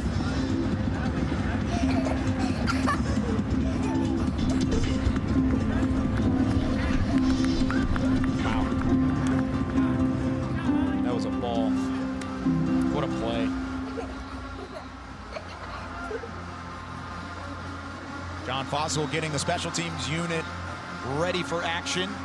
Dallas, who had at one point 16 unanswered, has now given up another 14 unanswered, and Jacksonville leads it by 12 with 3:56 remaining. Bill Jones, Isaiah Stanback. I'm Kyle Yeomans with Haley Sutton down on the sideline. Whenever the defense needed it, they just weren't able to get that stop, and they had every opportunity. Seemingly 7 guys touched Nathan Rourke on his way to that touchdown pass. Yeah, and the defensive line had one heck of a series, Bill. I mean, these guys were in the backfield seemingly every play. Isaiah Land was impacting seemingly almost every single snap. They forced him into a 3rd and long situation. They absolutely dominated on that last play that you saw there, but unfortunately you have to bring the quarterback to the ground. You can't wait on something else to happen because he kept his eyes down the field and was able to deliver a ball. Yep, and Nathan Rourke able to come through. You know, he set a single-season Canadian Football League record last year, completing nearly 79% of his passes. Wow. Over 4,000 yards in the CFL as Rico Dowdle is at his own 1-yard line to reel in this one. Great seam on the left side. Dowdle past the 40, out of bounds at the 45. There's a quick jolt of energy for Rico Dowdle as we take a look at our Lenovo Skycam. Smarter tech for all. We'll get a look at that Skycam here at AT&T Stadium throughout the preseason. The Cowboys will return back here to Arlington on August 26th to take on the Las Vegas Raiders. Next Saturday, on the 19th, they will travel to Seattle, their lone road preseason game of 2023. You'll recall Rico Dowdle a couple of years ago in the regular season. He averaged 38 yards of kickoff return for the Cowboys. Burst of speed that time. For that RB2 on this team, special teams value is a factor in this. You're absolutely right. The more you can do. Here's Greer. Steps up to avoid pressure again. Throws on the run. John Stevens open in the secondary. There is a penalty marker. We'll see if this is in favor of the Cowboys with 3:41 left. Stevens out of bounds at about the 30. At Hockley. Before the pass was thrown, illegal contact, defense number 51. This penalty's declined as the play results in a first down. There's that name again that we've seen in Oxnard, John Stevens at tight end, Bill Jones, that continues to show up on the stat sheet. Yes, and now Will Greer's got him in a position here. Try and make this a game. Greer threw it into coverage. It's intercepted. Braswell over the top, and Christian Braswell will put this one on ice for Jacksonville. Kyle, there were two things that went wrong on that play. John Stevens on the interior right here was very indecisive in his route running, okay? He sat in between two guys, but he didn't look like he knew where he wanted to go. And then Will Greer, you can't compound one problem by trying to force the ball in there. You heard Coach McCarthy coming out of that first half talking about how Will has to just take what's given to him. I feel like he's predetermined on that one. And you see there he is. He's a little frustrated because of it.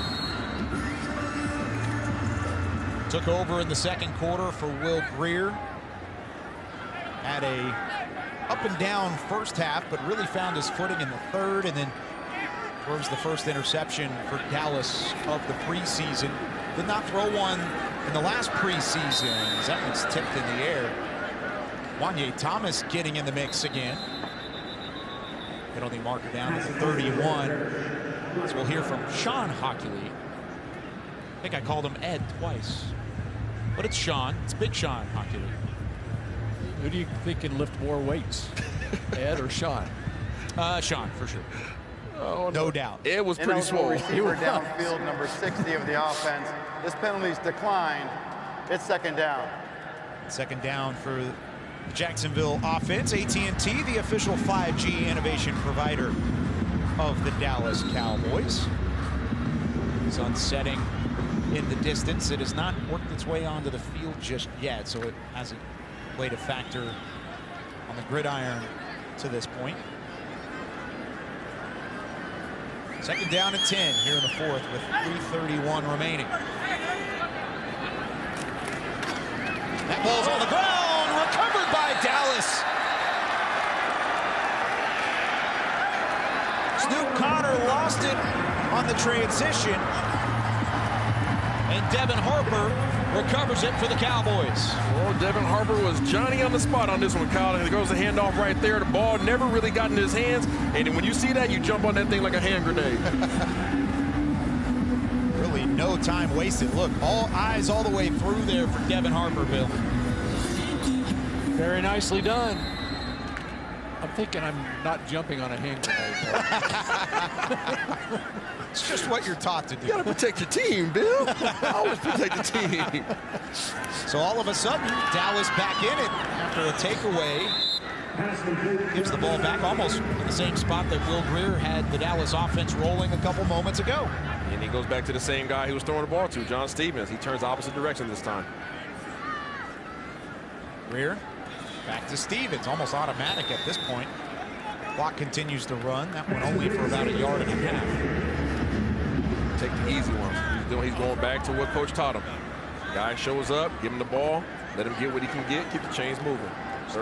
Stevens started his college career at TCU, the transfer to Louisiana Lafayette. Going that direction again. There was early contact, but no flag from the secondary. Dallas, of course, with that being on their sideline, they wanted the penalty call. Will Greer had to go to his second option. He wanted to go right to the under route, is what we call it. Okay, right here, he got a little under route, and then he comes up to the good old corner route right there. He missed the first route, tried to come up to the big 6'6" frame, let him go out there and make a play. Look a little handsy, Bill. I don't know about that one. Brings up 4th and 3. Offense still out there, and they got somebody to jump. It's enough for a free play. Greer threw it into coverage, but it will be a Dallas first down. Was looking for Jose Barba. Defense number 47. This 5-yard penalty results in a first down. Hard count working in favor of Will Greer.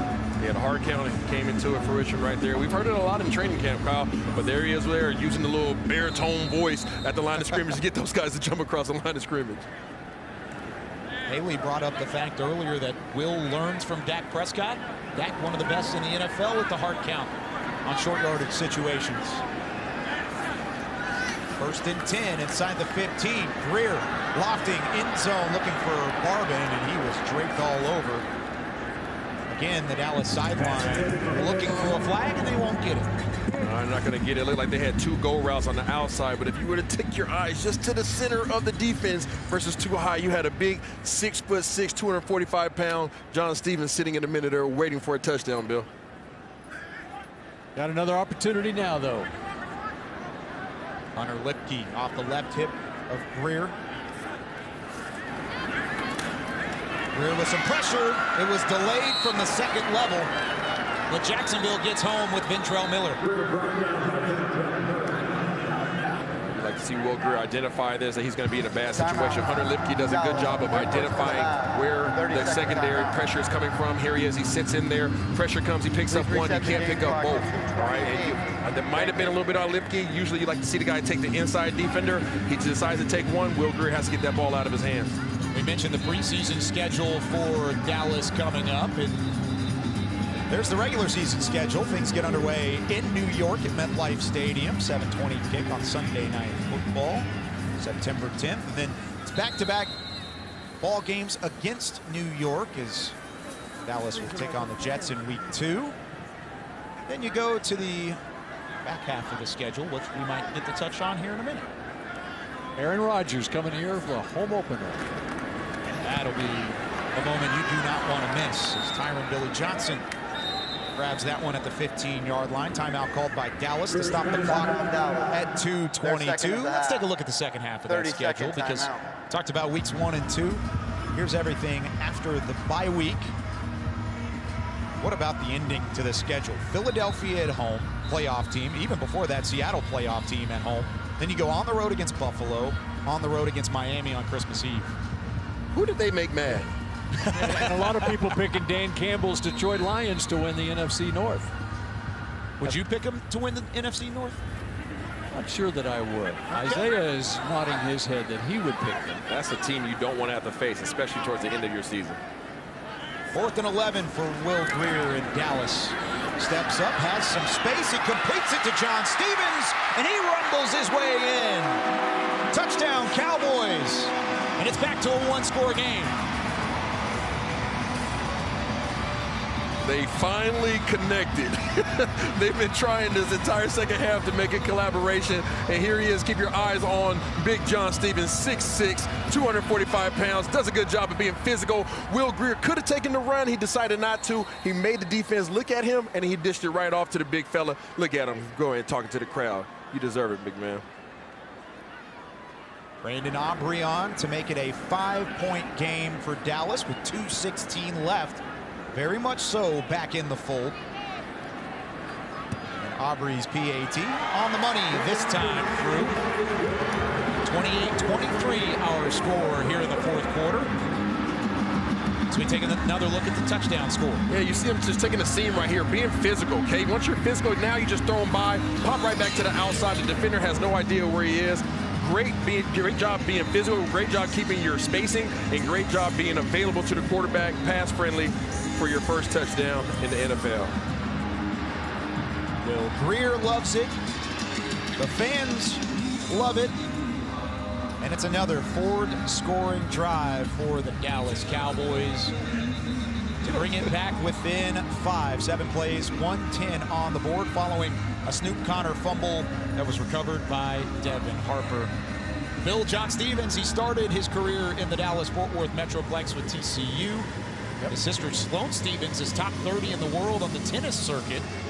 His dad, of course, was an Offensive Rookie of the Year in the NFL, but we love to see him score for the first time as a professional. Yep, at Logansport, Louisiana. Great athlete in high school. And his dad, John Stevens Sr., the late John Stevens, starred for the New England Patriots back in the 90s. Half-sister Sloane Stevens. So athletic family, and he has shown his athleticism throughout this training camp. And went to TCU as a wide receiver, now converting to tight end, and looks like he's got a future in this league. I think he does. I think he does, Bill. And I can tell you what, the tight ends coach, Coach Leonard Wells, has told us to keep an eye out for him, and obviously for good reason. Isaiah, you converted from tight end to wide receiver a couple different times, and then back to quarterback, and then back to wide receiver. Kyle, pretty much wherever the check went, I followed. But the versatility is valued in this league. The more you can do, the more value you can provide to your team. You save roster spots, right? It's all about guys being specific for their particular position. But if you have a guy like him that has that frame, that can play tight end, that can widen out, be split out from the offensive line, be receiver, and be on special teams, you find yourself possibly with a roster spot. So with 2:16 left, Jacksonville will take over at the 25. Go right back to Snoop Connor, who fumbled on his last tote. And this should take us down to the 2-minute warning. Dallas trailing by 5. They need to avoid a first down and save that extra timeout. If that's the case, Deuce Vaughn's touchdown may come in handy as the Cowboys look to work their way back in it. 2-minute warning in Dallas. Let's go! Time now for our Reliant Bring the Energy Defensive Player of the Game. Reliant is proud to power the home of Dallas Cowboys and the homes of Cowboys fans across Texas. Reliant, official energy provider of the Dallas Cowboys, and it is none other than Wanye Thomas. He had an interception on the first passing play from scrimmage, and he also stepped up to make a couple plays defensively. Hey, that's what you want to do as a young bull in this league. You want to have the opportunities whenever they present themselves. Go out there, snag you an interception, get you a tackle, and then walk right off into the doggone waves. Now he needs to end this game with an interception. Now they're keeping the ball on the ground right now, but they may have to throw it in order to move the chains here. Boy, Wanye's a guy that John Fossil really likes. He's got special teams. You talk about a guy with special teams value. Wanye Thomas, one of those guys. No doubt about that.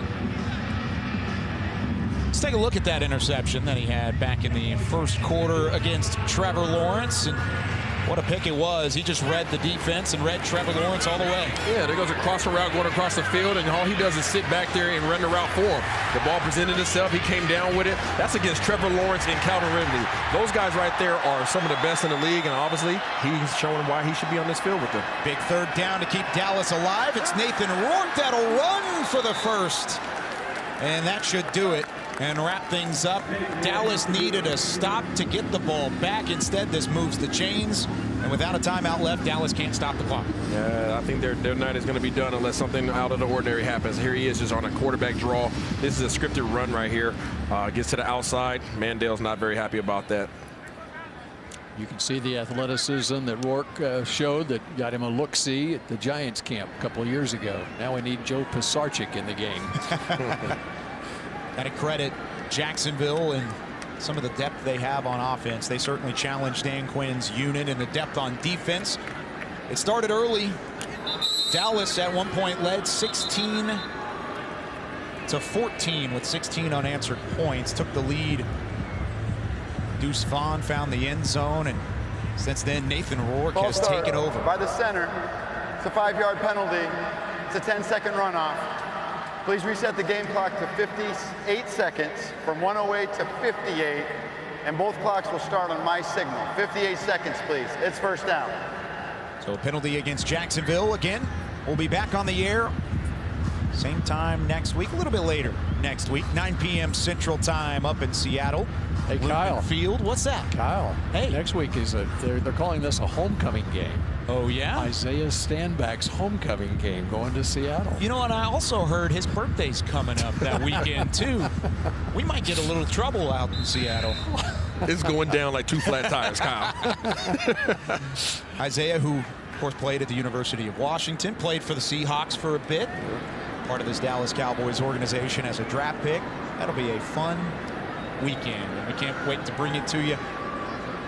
9 p.m. Central Time kickoff on Saturday. But that knee should do it Dallas did what they could to fight back, gentlemen, but ultimately Jacksonville too much here in the second half, Bill.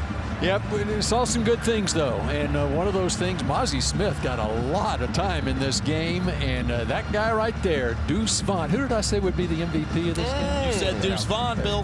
Right there at the jump. What'd you think, Isaiah? To Bill's point, I mean, I think we saw some good things on defense. Obviously, the offense was moving the ball. They had a turnover by Devontae Turpin on the return that you wouldn't like to see. And then obviously Rico Dowdle had a good play, really good play. Had a good reception, ran the ball, made a couple guys miss, and then fumble right there on the line. So the 7th all-time preseason meeting between these two organizations comes to a close, and it's Jacksonville on top in this one. Doug Peterson's Jaguars take down Mike McCarthy's Dallas Cowboys. We'll be back on the air next Saturday, 9 p.m. Central Time from Seattle, but that does it for us from AT&T Stadium in preseason game number 1. Jacksonville wins it 28-23. For Bill Jones, Isaiah Stanback, Haley Sutton, I'm Kyle Yeoman saying so long from Arlington.